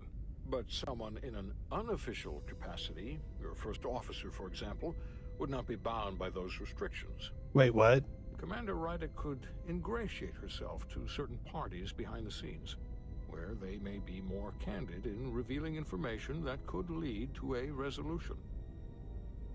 She certainly goes her own way. Maybe that helps in this case. I'm honored to be included in the negotiation process. You're not just included, you are instrumental. Well, I hope Commander Rydek will have more luck finding Wow, okay. Okay, so out what really happened. let's see. So Spock also noted humility when presented with her back-channel mission. We will through official diplomatic channels. The fate of the negotiations, the interests of the Federation, and the prospect for peace may very well depend on it. So no pressure? Ooh, lots of pressure. Lots of pressure. Oh dear. Right, we still got an ion storm. Navigational complexities.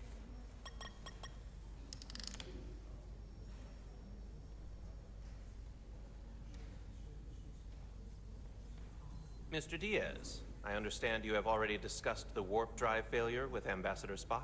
I have. It is imperative that the Ambassador's shuttle be flight ready. I need you both to ascertain the root cause of the system failures he encountered. I'm surprised, Commander. I thought you would have wanted to work on Ambassador Spock's shuttle yourself. I respect the Ambassador and his many accomplishments, but I do not derive any satisfaction from interacting with his shuttle as if it were somehow transubstantiated through its association with him. Especially when I have the entirety of this starship to concern myself with. The Ambassador asked me to take a look, and I'm ready to crack this thing open. Good. You could learn from Mr. Diaz's focus. I'll take notes. Then I will leave you to it. Make note of any abnormalities in your report. Carry on. It seems like he's warming up to us. Yeah. Even Chovok has to look at that face and know you've earned some real respect. And I have to admit that I owe you one. You were right to make me go first. I don't know what I was thinking. You've pulled me out of trouble how many times? Call it even. Okay. At the very least, maybe I can track down that bottle of Saurian brandy you're still on the hook for. But first, we have work to do. All right, let's see. Carter, let's see. Chovak approved of Carter's eagerness to work on Spock's shuttle. Edsa LR was reminded how much she values her friendship with Carter when he said she doesn't owe him anything for letting her go first on the haul. Ready to go? All set. Let's run the diagnostic.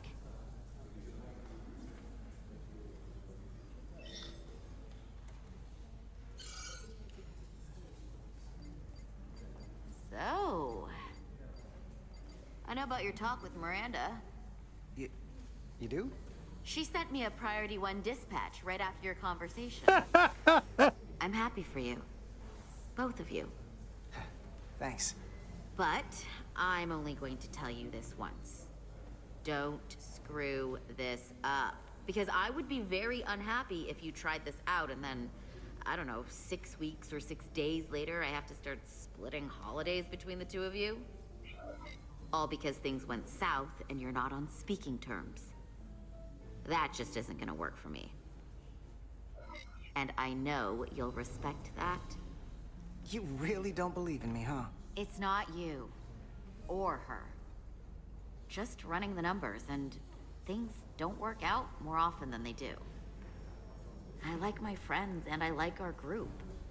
I don't want to lose that. Is that thing done? Yeah, it's wrapping up. Let's see. The relays along the primary EPS are blown. The backup relays are all intact. An EPS overload from the warp drive could cause that. But how did the shuttle end up dead in the water? Huh. Well, maybe the ship's data recorder can tell us something.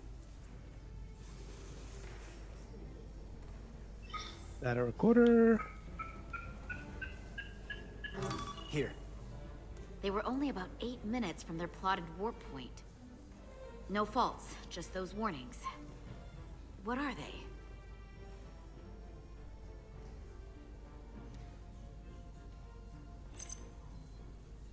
Subspace variance out of tolerance.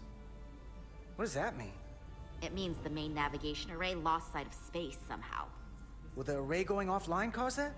Yes, but it should have also thrown a fault code.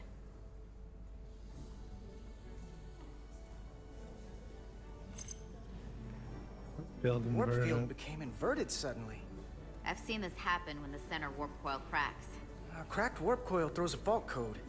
Still, we should take a look. Then There was a complete warp cascade failure. Wow. They're lucky the shuttle didn't turn inside out. Makes me think the computer panicked on the warp field equation. Any one of these failures should have thrown a fault. If it was caused by a system failure. None of this caused the relays to blow. Roll forward to when that happened. Yes, ma'am.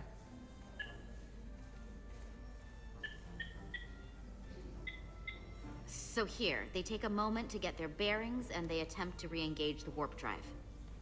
There. That's the relays blowing. And look, there's another warp system alert. They're all the same. Subspace variance out of tolerance, or warp inversions. Finally, there's a complete warp cascade failure. Then it's one of two things. Either a warp coil is cracked, or the navigation array is offline. That makes sense. Divide and conquer. You want to check the warp coils or the navigation array? I'll check the other. Let's not overcomplicate this. One of these systems is likely broken. I'll check the nacelles for a cracked coil.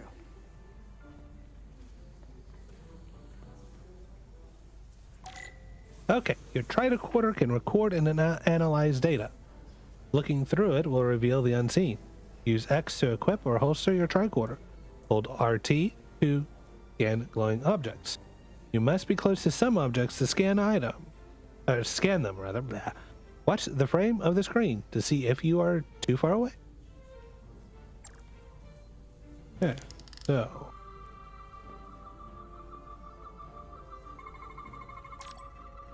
some objects you scan will activate a deep scan. During a deep scan, use LB and RB to switch between different scan modes and search for glowing objects. The mode indicators on the tricorder will blink if there is an object to find in that mode. When you have scanned all objects, the frame will change color. Hold left trigger to analyze the data and finish the scan. Okay.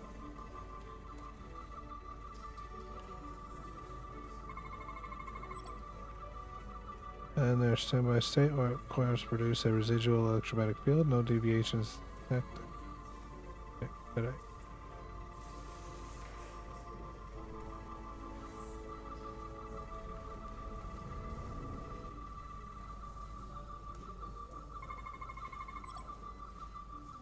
The leading coils show evidence of routine maintenance to repair microabrasions from the neutrino interactions.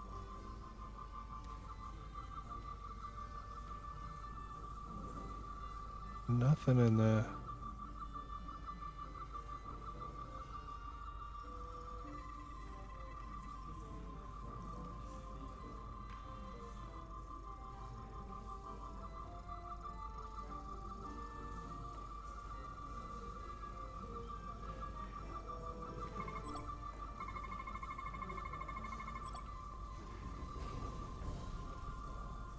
the center coils guide the warp field through its focal event, maintaining a collimated thrust vector. No fractures detected. That's weird. I checked every coil on the port nacelle for imbalances. If any coil in either engine were cracked, I would have detected it. So, it must be the navigation array. Except it's not. Checked and double-checked. Well, the readings don't lie. Here comes the security detail for the way team.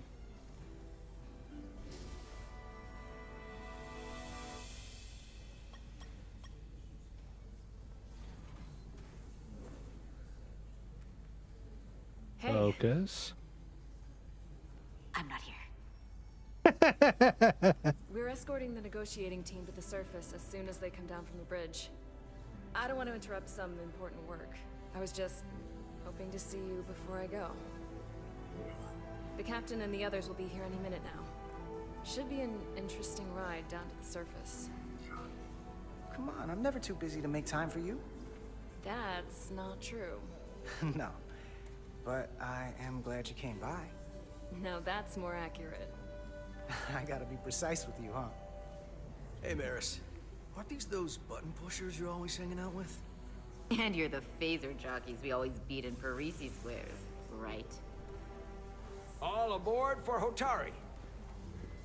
That another one of the captain's railroad things? Gotta be. I just usually zone out by the time he gets to the whole, steam engines were the warp drives of their day part. Well, they were. Catch y'all later. I mean, okay, so You don't want to miss your train. I do have to go.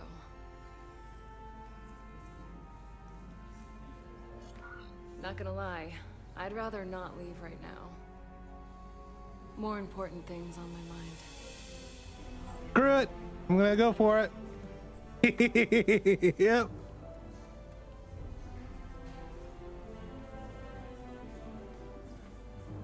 That was nice. Yeah, it was. Save some of that for when I get back. You've got a deal.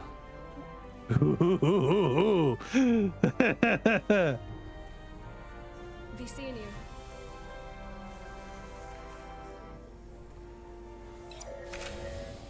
Let's see. Chose to date Miranda. Okay, so let's see. Miranda won't soon forget her romantic kiss with Carter when they were saying goodbye in the docking bay. Cool. Oh man. Well, ads are coming up, so yeah. Be right back. We'll continue on where this left off.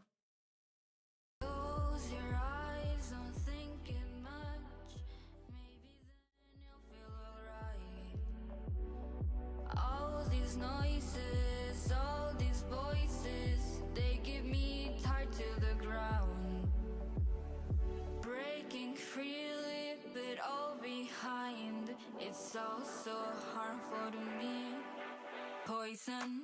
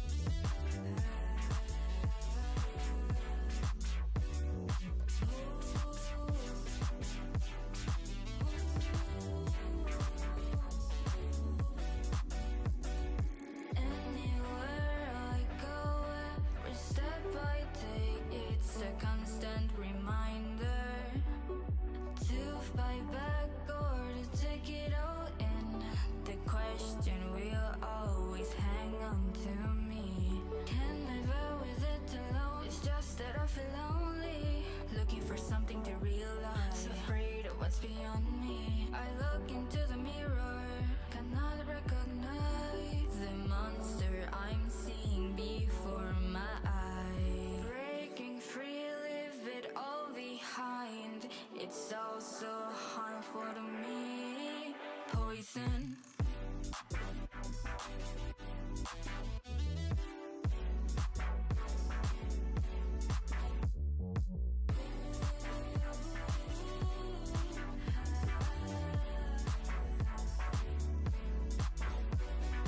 It's in my veins, in my head, taking over and over again.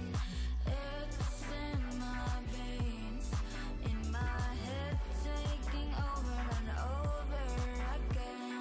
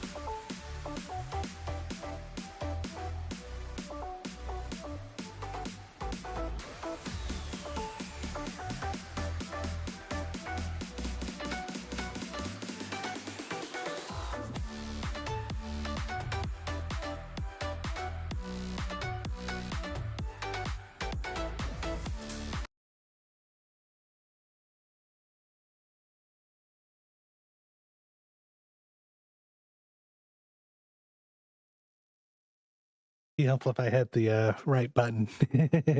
Okay, so Commander Westbrook did indeed play in Skyrim. So, well, his voice actor did. Etzelar de Diaz. If you could float back down to reality, we still have a ways to go.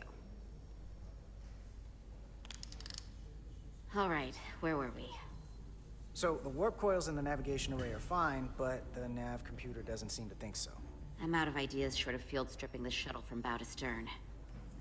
You wanna take this out of the shuttle and throw it on the bench? Oh, real hands-on maintenance. I like it. Okay, the nav computer is patched into the ship. The ship's computer can double-check our work. If the shuttle's nav computer is putting out false data, we'll know it. Let's run through the shuttle's logs again. Running now.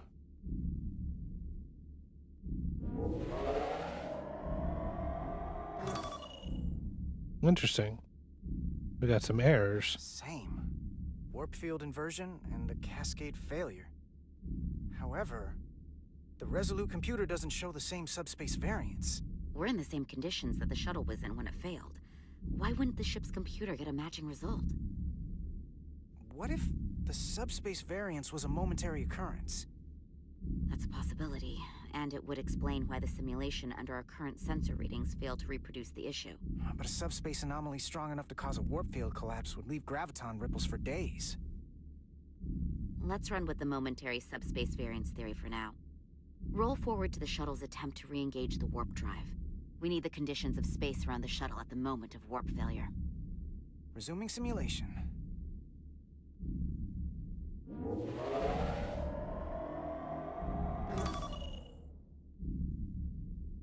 Error in warp field calculation. Cochrane formula variables are out of range. That right there. Take the shuttle sensor data from that moment. Computer, why did the warp field calculation fail? Warp field pressure returned non-orthogonal. Results are undefined. That doesn't help. Wait, what if we use a different ship? Put the Resolute into the simulation instead of the shuttle. Yeah, it should warp just fine.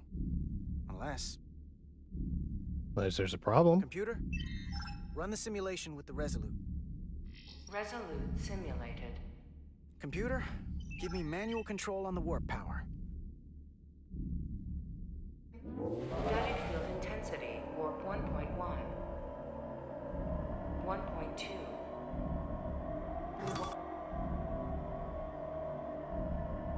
1.3. Warp pressure is destabilizing. Error in warp field calculation.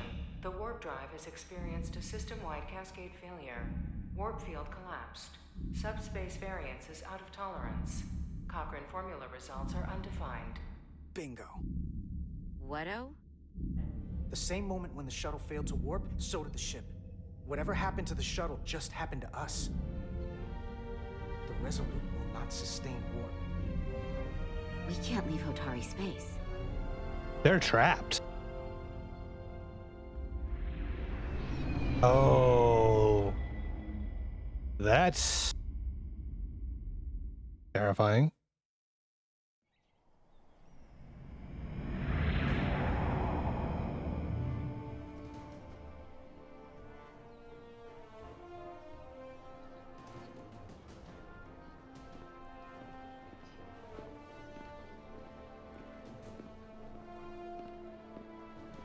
Seat of power. Ambassador Spock, Captain Solano, welcome to Hotari. We are honored you've come. My name is Tyler Saltaris, Minister of Diplomatic Affairs. The honor is ours, and this is Commander Jara Rydek, first officer aboard the USS Resolute. You'll find she has a keen mind and unique insight into the dynamics between the Hotari and the Illydians. We are honored to be here as representatives of the Federation. I'm so glad. These must be the representatives of the mighty Federation, the reigning authority in the galaxy. Or so we've been led to believe. Whether that's true or not remains to be seen. But either way, we're grateful you've made the time to come to our little corner of the universe. And you are? This is Galvin, and this is Citron, the heroes of the revolt in the mines.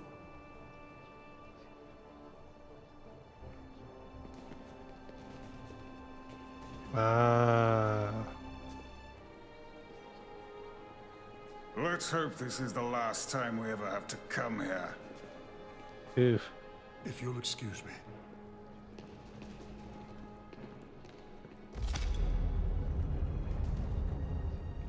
I think we're about to begin.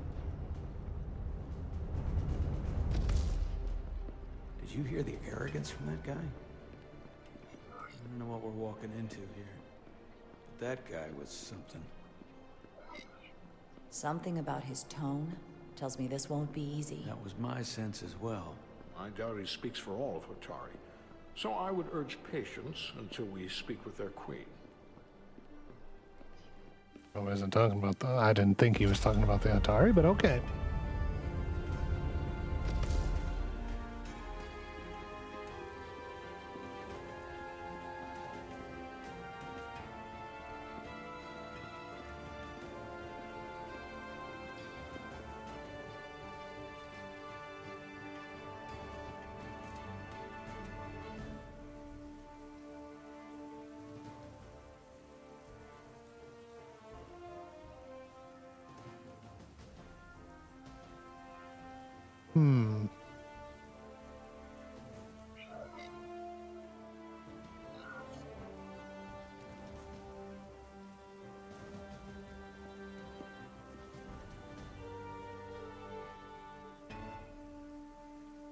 Ambassador Spock, welcome to Holtari Prime. The honor is mine, Your Majesty. That the Federation would send one of their most respected representatives is not only an honor to the Hotari people and their queen, but a recognition of our stature and importance. Let's get on with it, shall we? With all due respect to the Federation and their ambassador, they have no authority here. We are not members of their alliance. We are not subject to their rule, nor yours. We demand the immediate return of all mining operations to Elydian control, as it has been for centuries and will be for centuries more. That has always been our understanding. That understanding has changed. Then you invite war. And if you cannot remain silent, you will be silenced. But his point is well taken. What is the Federation's interest in this matter? Perhaps you would have us trade one oppressor for another? The Federation remains neutral. Our only interest is the peaceful resolution of this conflict. We are here at your request, Your Majesty. For now. Saying this wouldn't be easy was an understatement. I thought they wanted us here. Was there something you wanted to say, Captain? Oh, no. My apologies. And what about the Kobliad? She's not She can speak for herself, can't she? Go on. Then let There's a her. bug.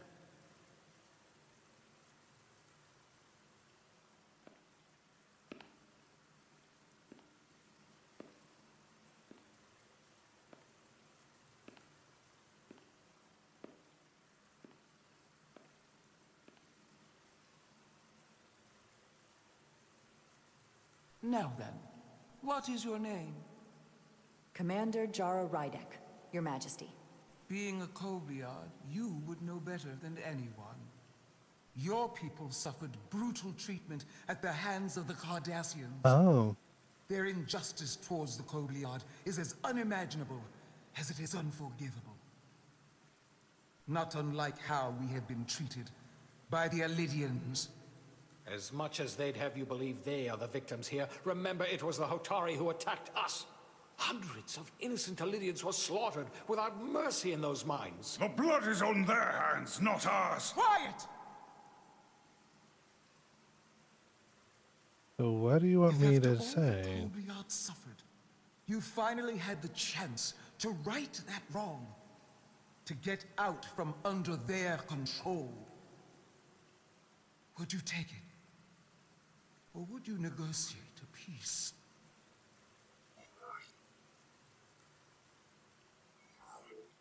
I can't speculate on something that never happened, Your Majesty. Sadly, that opportunity never came for the Kobliad. No, it did not.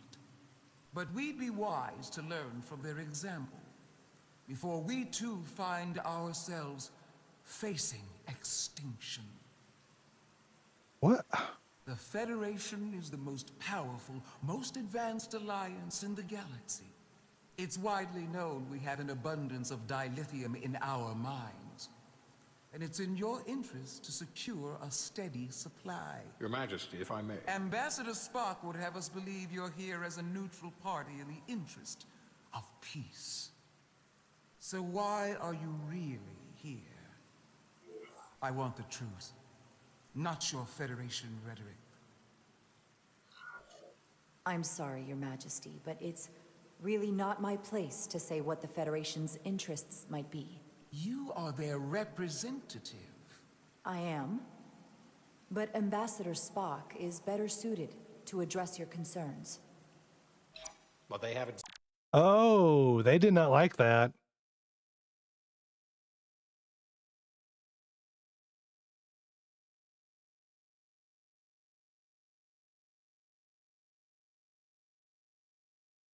Okay, you know what? I did not like it either. Oops. Yeah, okay, that's going to be several minutes of... yeah, that's what I'm thinking. Let's see how far away that goes. Oh, yeah, very beginning. So, yeah, dang, this is really tough. Like... I'm going to be perfectly honest. It's like, nah, I thought that was the right thing to say, but Ambassador okay. Spock, Captain Solano, welcome to Hotari. We are honored you've come. My name is Tyler Saltaris, Minister of Diplomatic Affairs. Oh, excuse me. The honor is ours, and this is Commander Jara Rydek, first officer aboard the USS Resolute. You'll find she has a keen mind and unique insight into the dynamics between the Hotari and the Illydians. We are honored to be here as representatives of the Federation. I'm so glad. These must be the representatives of the mighty Federation, the reigning authority in the galaxy. Or so we've been led to believe. Whether that's true or not remains to be seen. But either way, we're grateful you've made the time to come to our little corner of the universe. And you are? This is Galvin, and this is Citron, the heroes of the revolt in the mines.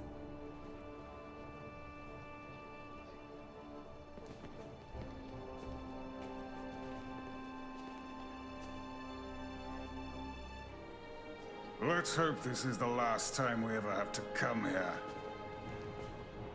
If you'll excuse me.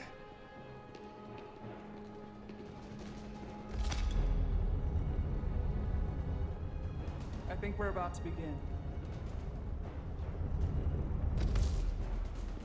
Did you hear the arrogance from that guy? I don't know what we're walking into here.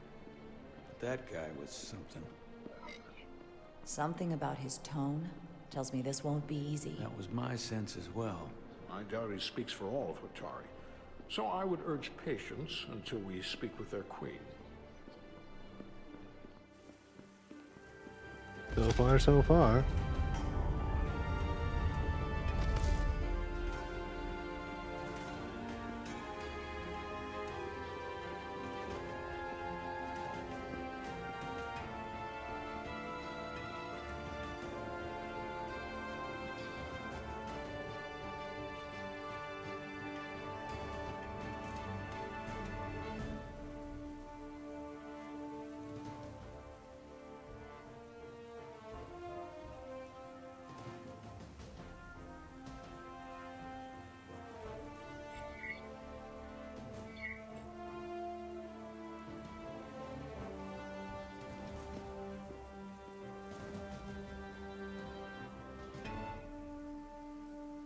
Ambassador Spock, welcome to Hotari Prime.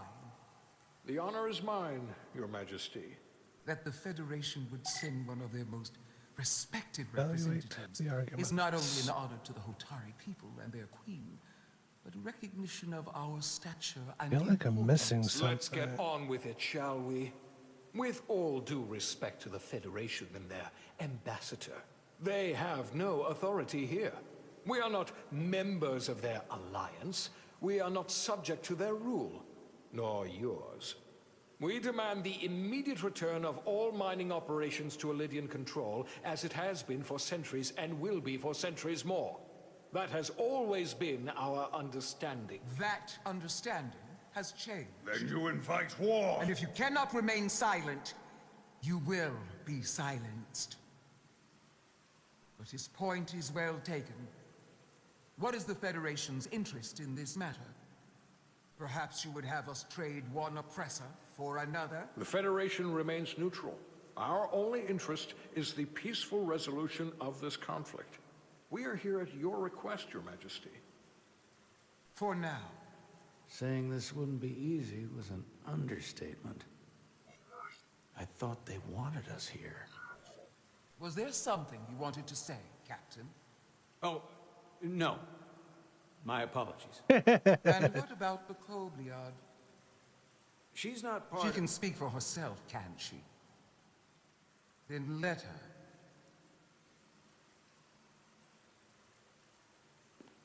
Yeah, Joy, putting right on the spot.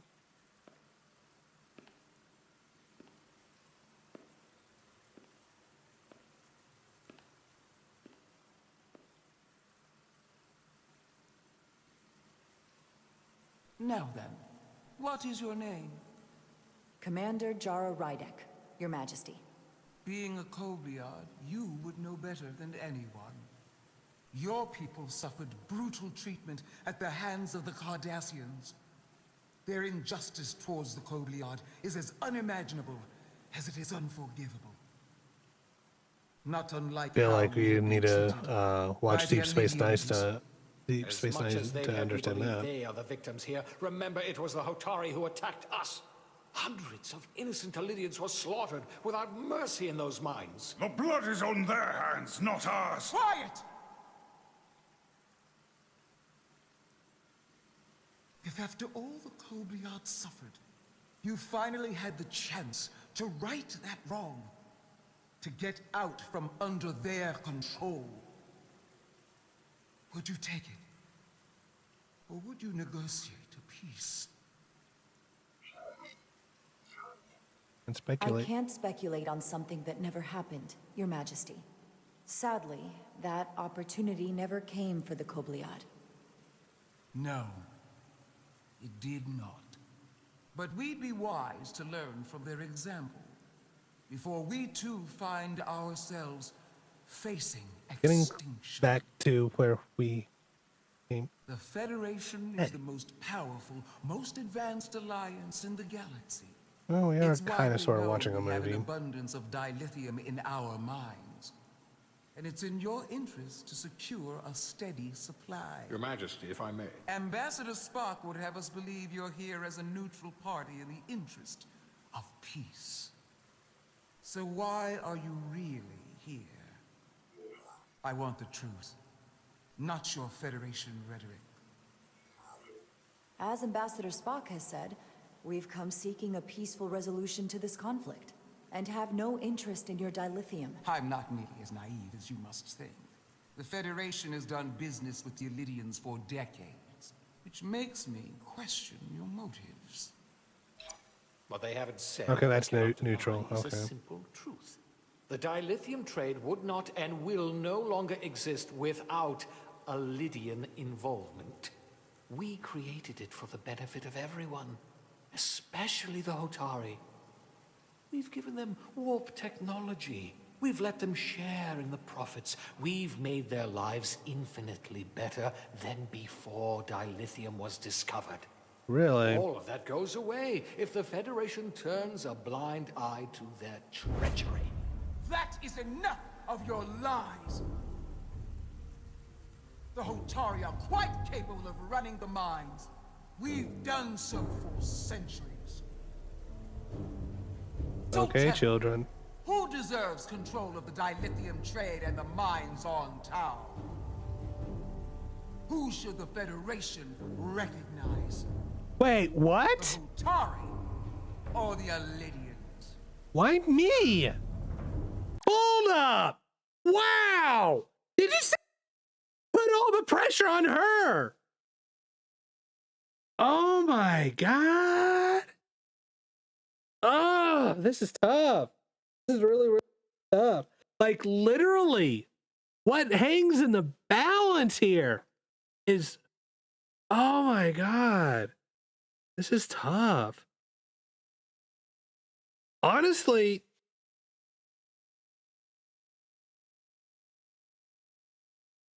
oh my gosh.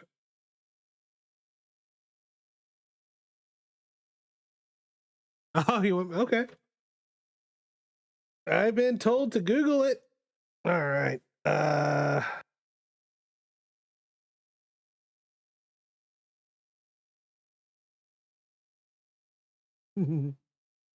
Let's see.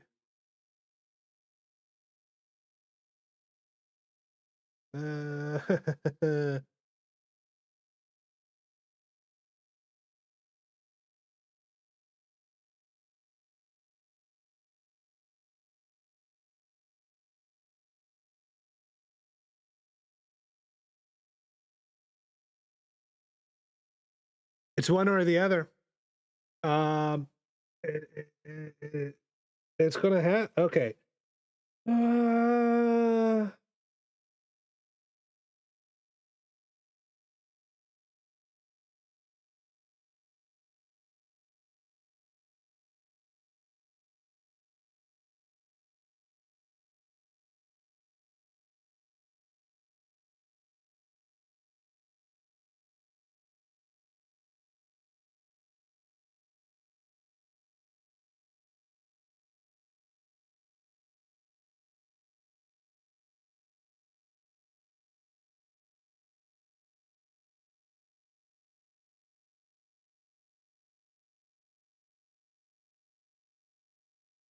Wow. Okay. So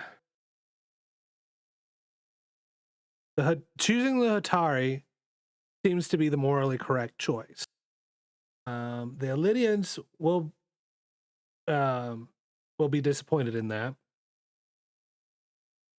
And I'm gonna make, like, there's I've already made an assumption about the Hatari with regards to the Ion Storm. If I choose the Lydians, it'll ensure a steady supply of dilithium for the Federation while ensuring stability regarding the control of the mines. Lydians will ask for your support again, since you previously supported them. However, the Hatari will be displeased when you choose the Lydians.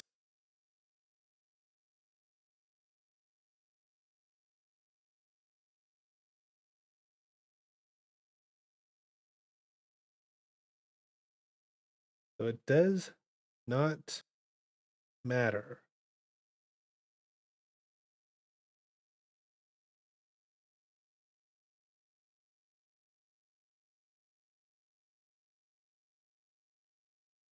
So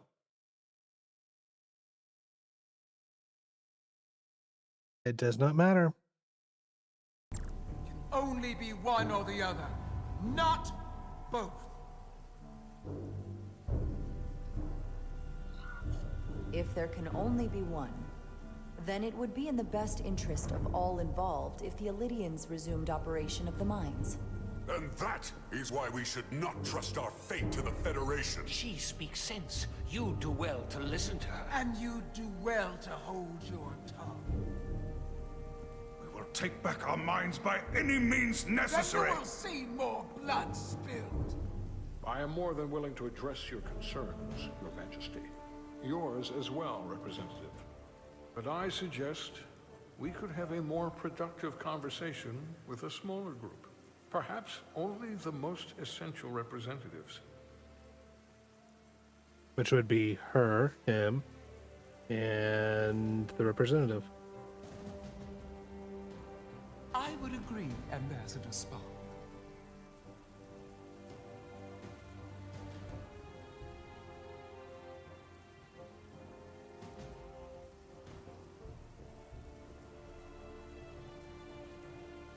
I think this is best left to those of us with more experience in diplomatic matters. What did you drag me into this, you bitch? Oh my god!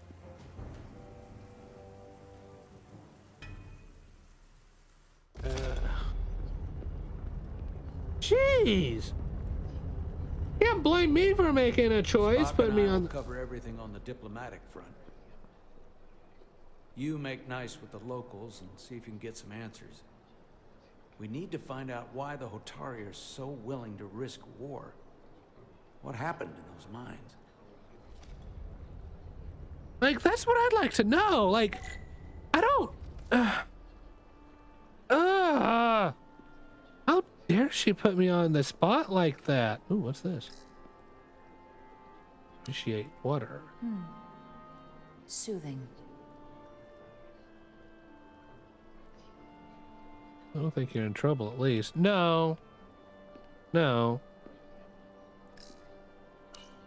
Commander, after hearing so much about the Federation's sense of fairness and justice, I was surprised that you sided with the Illidians. In all honesty, I expected more, especially from someone like you. Even though the Illidians should retain control, the Hotari have an equal claim and should share in the profits as partners. I'm afraid it's too late for that.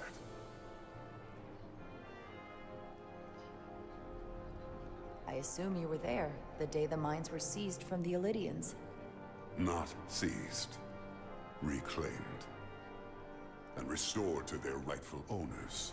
Yes, I was there. We had to be decisive, before the Illidians could even realize their worst nightmares upon them. Did you have help from someone else?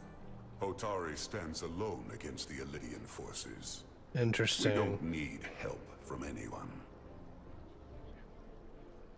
They respect one thing above all else, and that is force.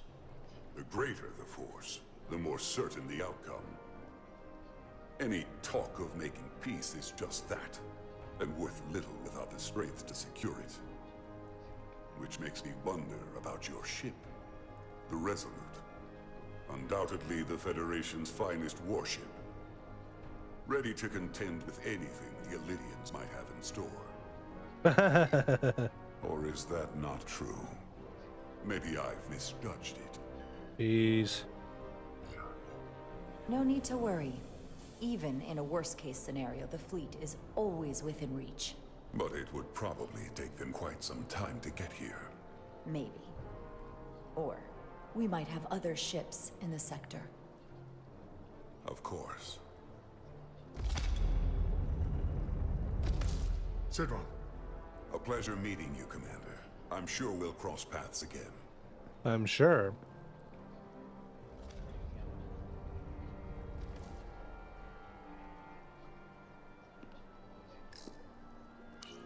Commander Rydek, I have to admit, I was surprised when you said the Illidians should control the dilithium trade.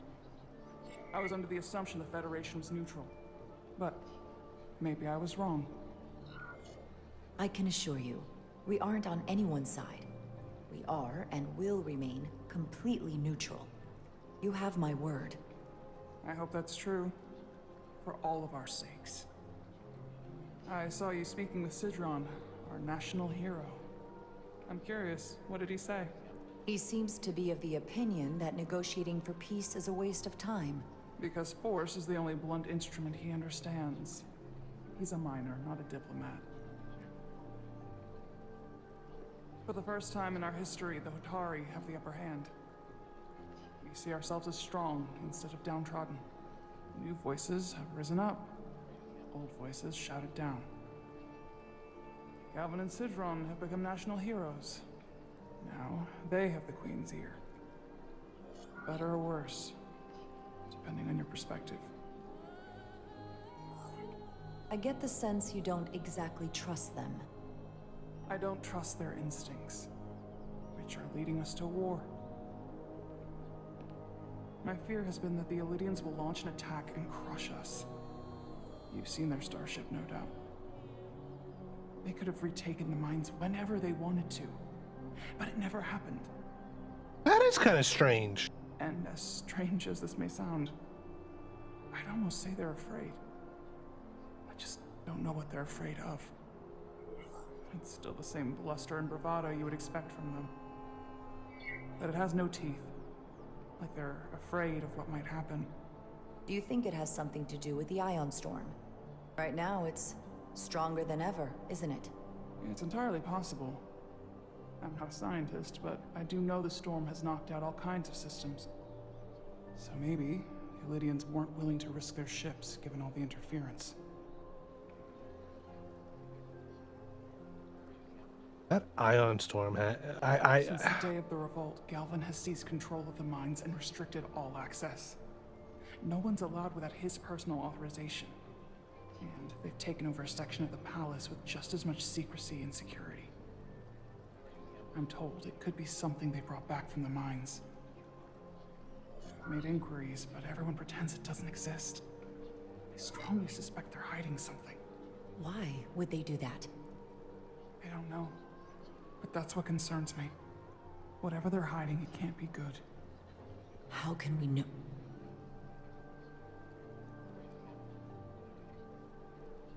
I'd better see what's happening. Something's Do you think you going. can find out what they're hiding? I need to see proof of something before I can make my case to the Federation. I can try, but even if I found it, I might not know what to make of it. Take this.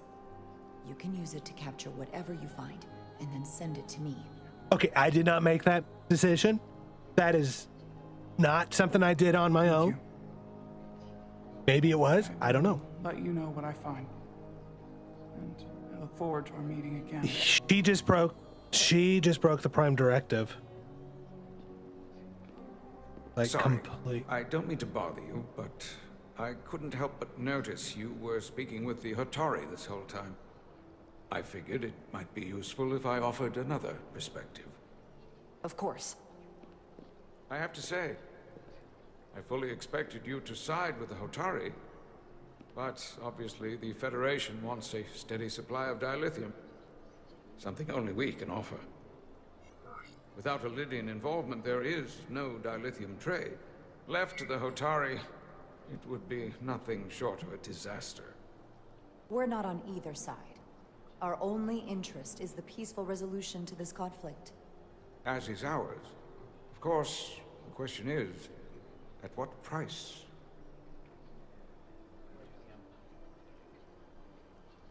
Major Salit Arminta, Special Attaché, Lydian Armed Forces. Pleasure to meet you, Commander.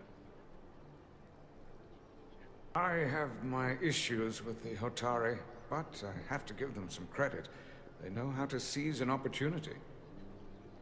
Inciting an uprising the same day as a massive, once-in-a-lifetime ion storm.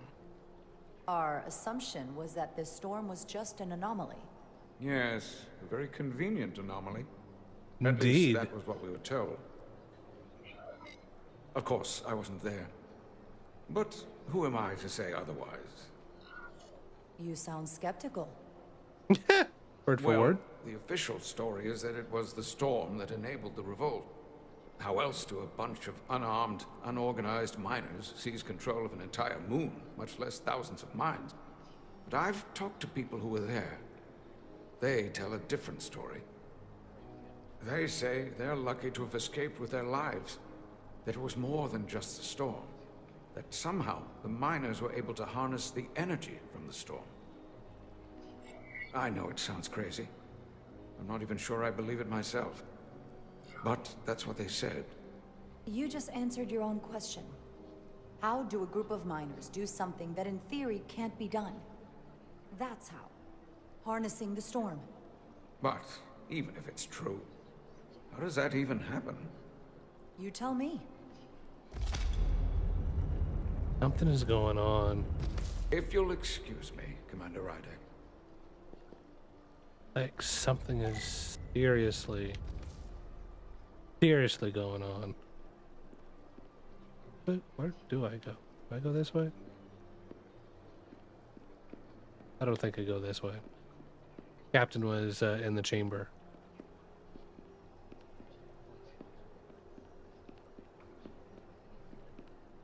I have to remember on my next playthrough to here we go. Well, that was a disaster. What happened? The Hotari refused to concede anything, so the Illidians stormed out. The Hotari did not invite us here as peacekeepers. I hope your efforts were more fruitful than ours. I'd say let's there. Okay, well, not quite there yet. Okay, we need to get back to the reservoir. Harmonics failing to resolve. Warp bubble stability degrading. Increase output to maximum. Warp Increasing output. warp output to maximum. It's happening again.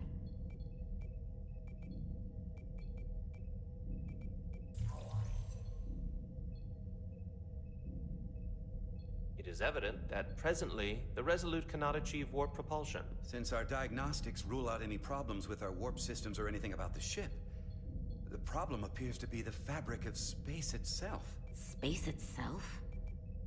You're saying something about this region of space prevents warp travel? Prevents it, or can't sustain it. However improbable, that appears to be the case. We need to know more. The storm didn't stop us from leaving space dock and traveling here. But could it still be causing this interference with warp travel?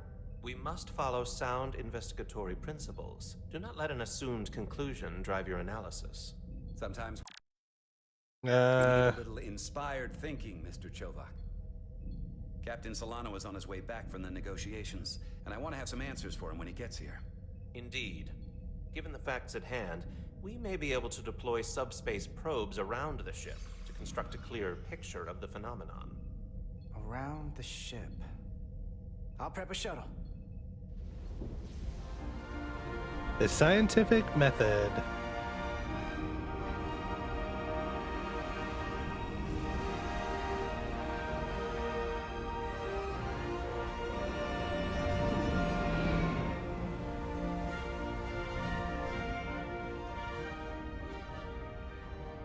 I'm setting up a waypoint at a distance roughly corresponding to the edge of our warp field. When we get there, I'll deploy the first probe. Okay, fly the shuttle to your objective to complete a mission. Right trigger to fly forward, left trigger to... Okay. Alrighty.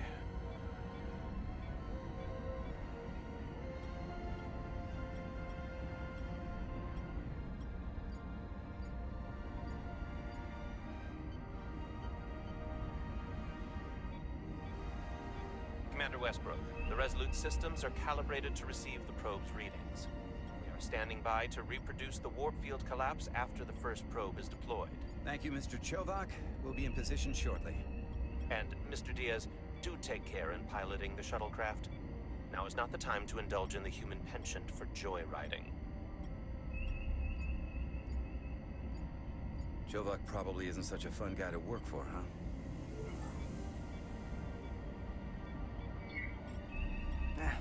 I just don't take it personally. At least I try not to. That's a very mature answer. Shows a positive attitude on your part. Remind me of it when I start complaining to you about the ship's new first officer.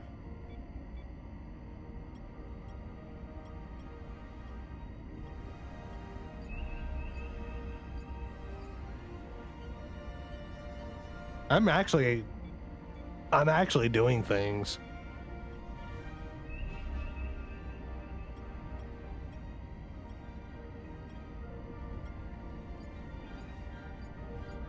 This is far enough.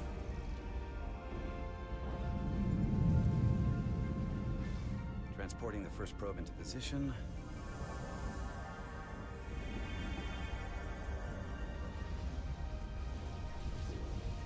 I don't know why that... Okay.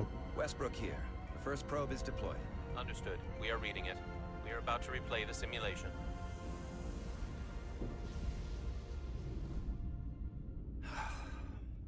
Problem? Don't get me wrong. Things are definitely trending up with Commander Rydek. She's put my ideas into action. And she listened to me when your life was on the line out on the hull. That sounds like a good thing. It is. But I'm still trying to figure out if she's right for the job. She didn't go through what the rest of us did. But still got chosen to be #1. Can't tell if she was actually siding with me, or if we just fell on the same side. Well, yeah, but she's lucky she didn't go through what we did. You can't hold it against her. Actually, I think I can, even if I shouldn't. Test is running. Warp field collapse in 3, 2, 1, mark.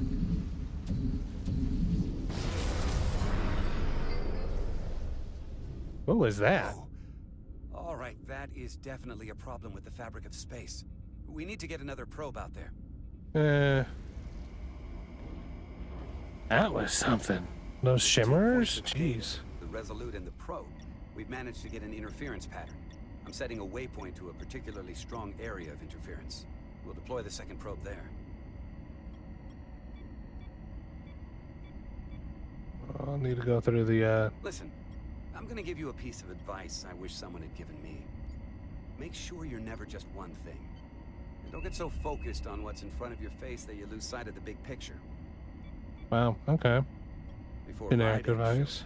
the captain pulled me into his ready room and told me he didn't think I had the people skills to be first officer. What a load of crap. I mean, if he'd said that about Chovak, sure. Well, if you're asking, I think you're a people person. After all, here we are. Yeah, he is Me, jealous. an enlisted officer, you, one of the senior staff, talking like old buddies. I should send Solano to talk to you. Bring him on. I'm sure you can handle him. You've got potential. You're a capable engineer. You're good in the field. Keep up the good work, and who knows? A solid jack of all departments like you could be Commander-in-Chief of Starfleet one day. Hell, Admiral Jellicoe started as a shuttle pilot. And there are places to go in the enlisted ranks, too. Of course, if you get an officer's commission, they'll put you on another ship. You know, I'd be the best leader Starfleet ever had. Lower decks always have to fix all the problems command causes. Maybe I'd just save everybody some steps. Well, don't forget about us little people when you're running things. Of course not. You gotta remember where you came from. Okay, let's see. Carter. Westbrook enjoyed his conversation with Carter, coming away with the impression he's smart, pragmatic, and confident in his knowledge of the ship. Cool.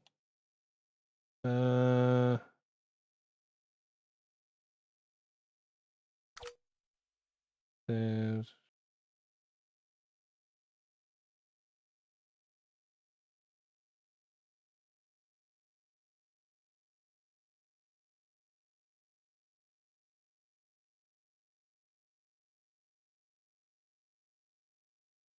Let's see.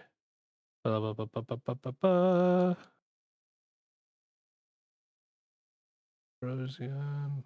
Okay. Oh yeah, okay.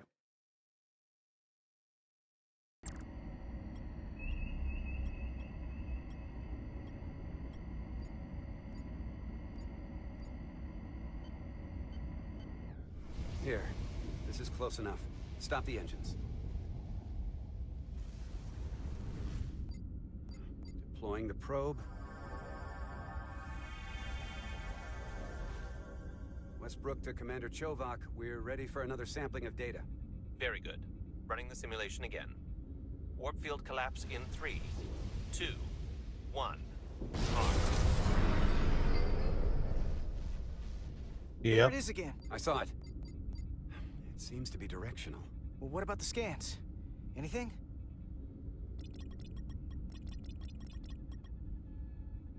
Here's the readings in relation to our local space. We've got the Resolute, Otari Prime, and the probes. All this interference is overloading the sensor buffers. We're gonna have to triangulate the sensors manually. Locate peaks. Okay, so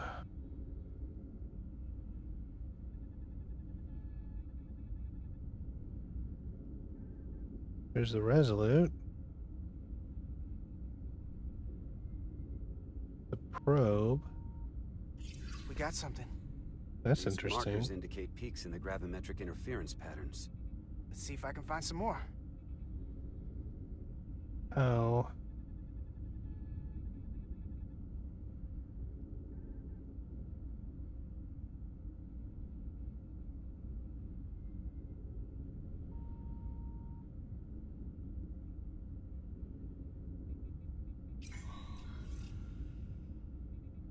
Hold up. This is coming from the moon.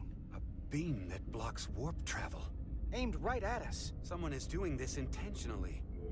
I don't know how they're doing it. This is like nothing I've ever seen. We're under attack and we didn't even know it. We need to stop them. Unplug whatever it is they're hitting us with. Now, look here. It's current readings of the ion storm. These concentrations. They line up with the interference pattern. The storm and this beam, they're coming from the same place. Carter, whatever petty local conflict brought us here, it's just a small part of something much bigger. I knew it. Someone is causing these storms. Not coming from Atari like I suspected, but from... Oh. Presently, we don't have an explanation for how they're doing this. One thing is clear. Well, we're going to go ahead and call it for tonight. Yeah, we're going to go ahead and call it tonight. So, yeah, this is very interesting. Kind of like it. So, we might do this some other time. So, yeah. All right, ladies and gentlemen, I do appreciate you all coming in tonight to watch my stream. Let's see. We'll be...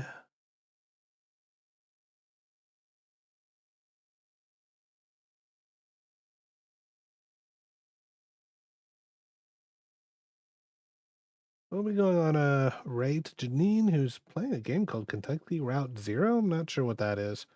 So we're just going to go ahead and do that. In the meantime, follow me on Twitter. I do post things on Twitter. But other than that, you know, all that good stuff. So let's get this started.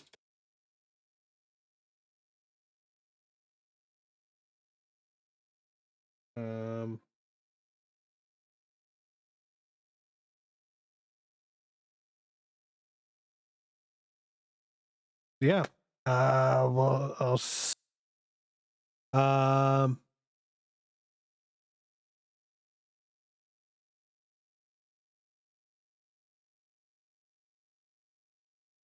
there's your raid message. I will see you all later. Take care of each other. And as always, don't text and drive. Bye-bye now. Bye-bye for now.